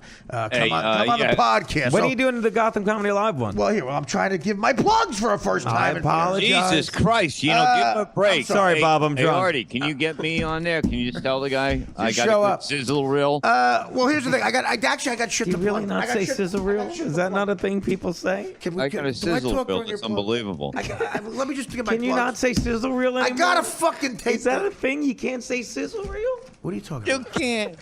All right, Brooklyn Academy of Arts, Brooklyn Academy of Music tomorrow night, right? With Harry Shearer, I'm doing a set. Again, that's a charity tonight. Gotham Comedy Club with John and a bunch of other people. It sounds like an event John couldn't get in, quite frankly. I mean, that's at Gotham. I'm back at Gotham Thursday night to tape Gotham Comedy Live for the third time for Mark Cuban. Mark is always good there. It's live TV, so anything goes. And I'm thinking about doing a bit that I may be working construction Monday, so that's another plug on live television for. You got it. Yeah, that's what I was going to say. That's been taken. But I'll be doing a different form of that. It's the Rashid Jennings Giants Night of Comedy. Rashad Jennings, yeah. He's a black fan. Former Jaguar, Raider. Right. So he's got some sort of charity. Okay, so that, and then I just found out the Showtime special that I taped in Montreal that I'm the host of and headlining is got a date here in the States on January 8th. January 8th on Showtime, I believe at 10 o'clock, is the Nasty Show on Showtime that I host, and I do 12 minutes up front and 15 minutes in the middle, so it's almost a half an hour shit. But that's me, Gilbert, Jimmy Carr from England, a real funny guy, Gilbert Gottfried, Mike Ward, Mike Wilmot. Love Mike Ward. All good guys. Yeah, you met him in New York, too, right? And you were in we did the Montreal show. In Montreal. So, that show, I saw a copy of it. It really came out great. Great crowd. And headline the Showtime special. I'm excited about that on January the 8th. January 8th, 10 p.m. We'll talk more about it. And I found out that stuff looks good for Apatow, too. The Apatow HBO. Congratulations. Putting you to work on that. Congratulations to Pete Holmes, man. The kid got an opportunity in show business, and Apatow gave him a lot of work to do, and he fucking went and did it. And he wrote a great script, and then myself and 3 other comics improv and changed the whole thing. No, he wrote a great script, and he was great to work with, man. I done a bunch of scenes, 3-4-page scenes where he's just talking, and the kids got it. And Apatow was what a good guy, man. With his fucking success, he could be so intimidating. He reminded me of working with Cameron Crowe, who cut me out of it. There's too much shit that get cut out of here. But this was a great experience. So thank you to HBO, Apatow, and of course the great Pete Holmes. And in January, I'll know the date of that. And I was banned. Let me tell you something. Right after fucking some things are just so satisfying. Right after the fucking bullshit Joe Buck thing, I got banned from HBO. And in the fucking article in the New York Post, a Showtime representative said, you know what? We're going to stand with our brothers at HBO here because some things are getting a little out of hand with offensive comics. That's what he said. And you might not welcome Artie Lang at Showtime either. That's what this fucking guy crowbarred in. I'll be on both in January. Yeah, bitch. There you go, Artie. How's that fucking sound? Delicious. Put that in your sizzle reel. Yeah, I'll sizzle reel your cunt. I don't know what that means. All right, so a lot of shit going on, but especially the Harry Shearer thing. I'm very excited about that. They don't need me to plug that tonight, but live TV on Act for the 4 people that have Access TV with Mark Cuban, Gotham Comedy Live. So your boy Joe Buck is. Oh no, he's on. Audience. He's on audience. My fault. Another my fault. For the 4 people who are married to the 4 people. Access. They're in bed with the 4 people. Exactly. They have the audience. All right, guys. So that's my plugs. I got to run and shower. Guys, go around. Give any plugs you need. Levy, say what you want. You were great, and I got to go take a shower. Ben, always fun, man. BobLevy.com. You're great, Bob. Wait, because I'm talking over you. Wait 1 second. Dan will give you a cue. Ben, always fun hanging, man. You're welcome Thanks, man. anytime. Thank you, Artie. Biscotti, I'll see you at Triple Arch Christmas party. We shake again. I felt like I got you. I love you, Gino. All right. It's in my sizzle reel. Good luck, Bob, why don't we have your wife do your plug? RevBobLevy.com and on Twitter at the Rev Bob. The Rev Bob Levy. Yeah. Aw, that's cute. Cheers. Christine, it's Artie. Christine, it's Artie. Goodbye. That's nice. That's very nice. Bye, Artie. Christine, do you have Twitter? Yeah. But I don't She want only any of your talks creeps. sports. I logging only on. talk about sports. There you go. That's my girl. Gino? Gino Bisconti, you know that. Follow me on Twitter and get my picks. 7-2. Need the Ravens tonight. I'm sorry, Christine. Got them getting 2.5. Go Browns. No, I don't want the Browns to win. Yeah, because right you're now like we me. have- I'm a chart. You want them to lose. You're right. We have the first pick. Why win a meaningless game and be 3-13 at the end of the year? Smart. Why do you think Gino does comedy? We gotta go. I don't even get that. I don't. Get And that. Ben's going to give out his cell phone number so he can explain cell service to you. You fuck. I'm just You fuck. kidding, Dan. Follow me on Twitter, B_Kuzmin, Kuzmin, and follow Mike Bichetti on Periscope, appearing nightly at 3 a.m. Some of the greatest shit you'll ever see. 3 a.m. All right. So what day are you back this week, Gino? Wednesday. Because we have to talk about the Boschetti, Stacey. I'm in Wednesday. I can Pressman, do. I'm off tomorrow in the studio, but yeah, I want to discuss Please that with finish you. that. Okay, Please finish yeah. that. We'll get to the bottom of that. So- My buddy Mike Bichetti.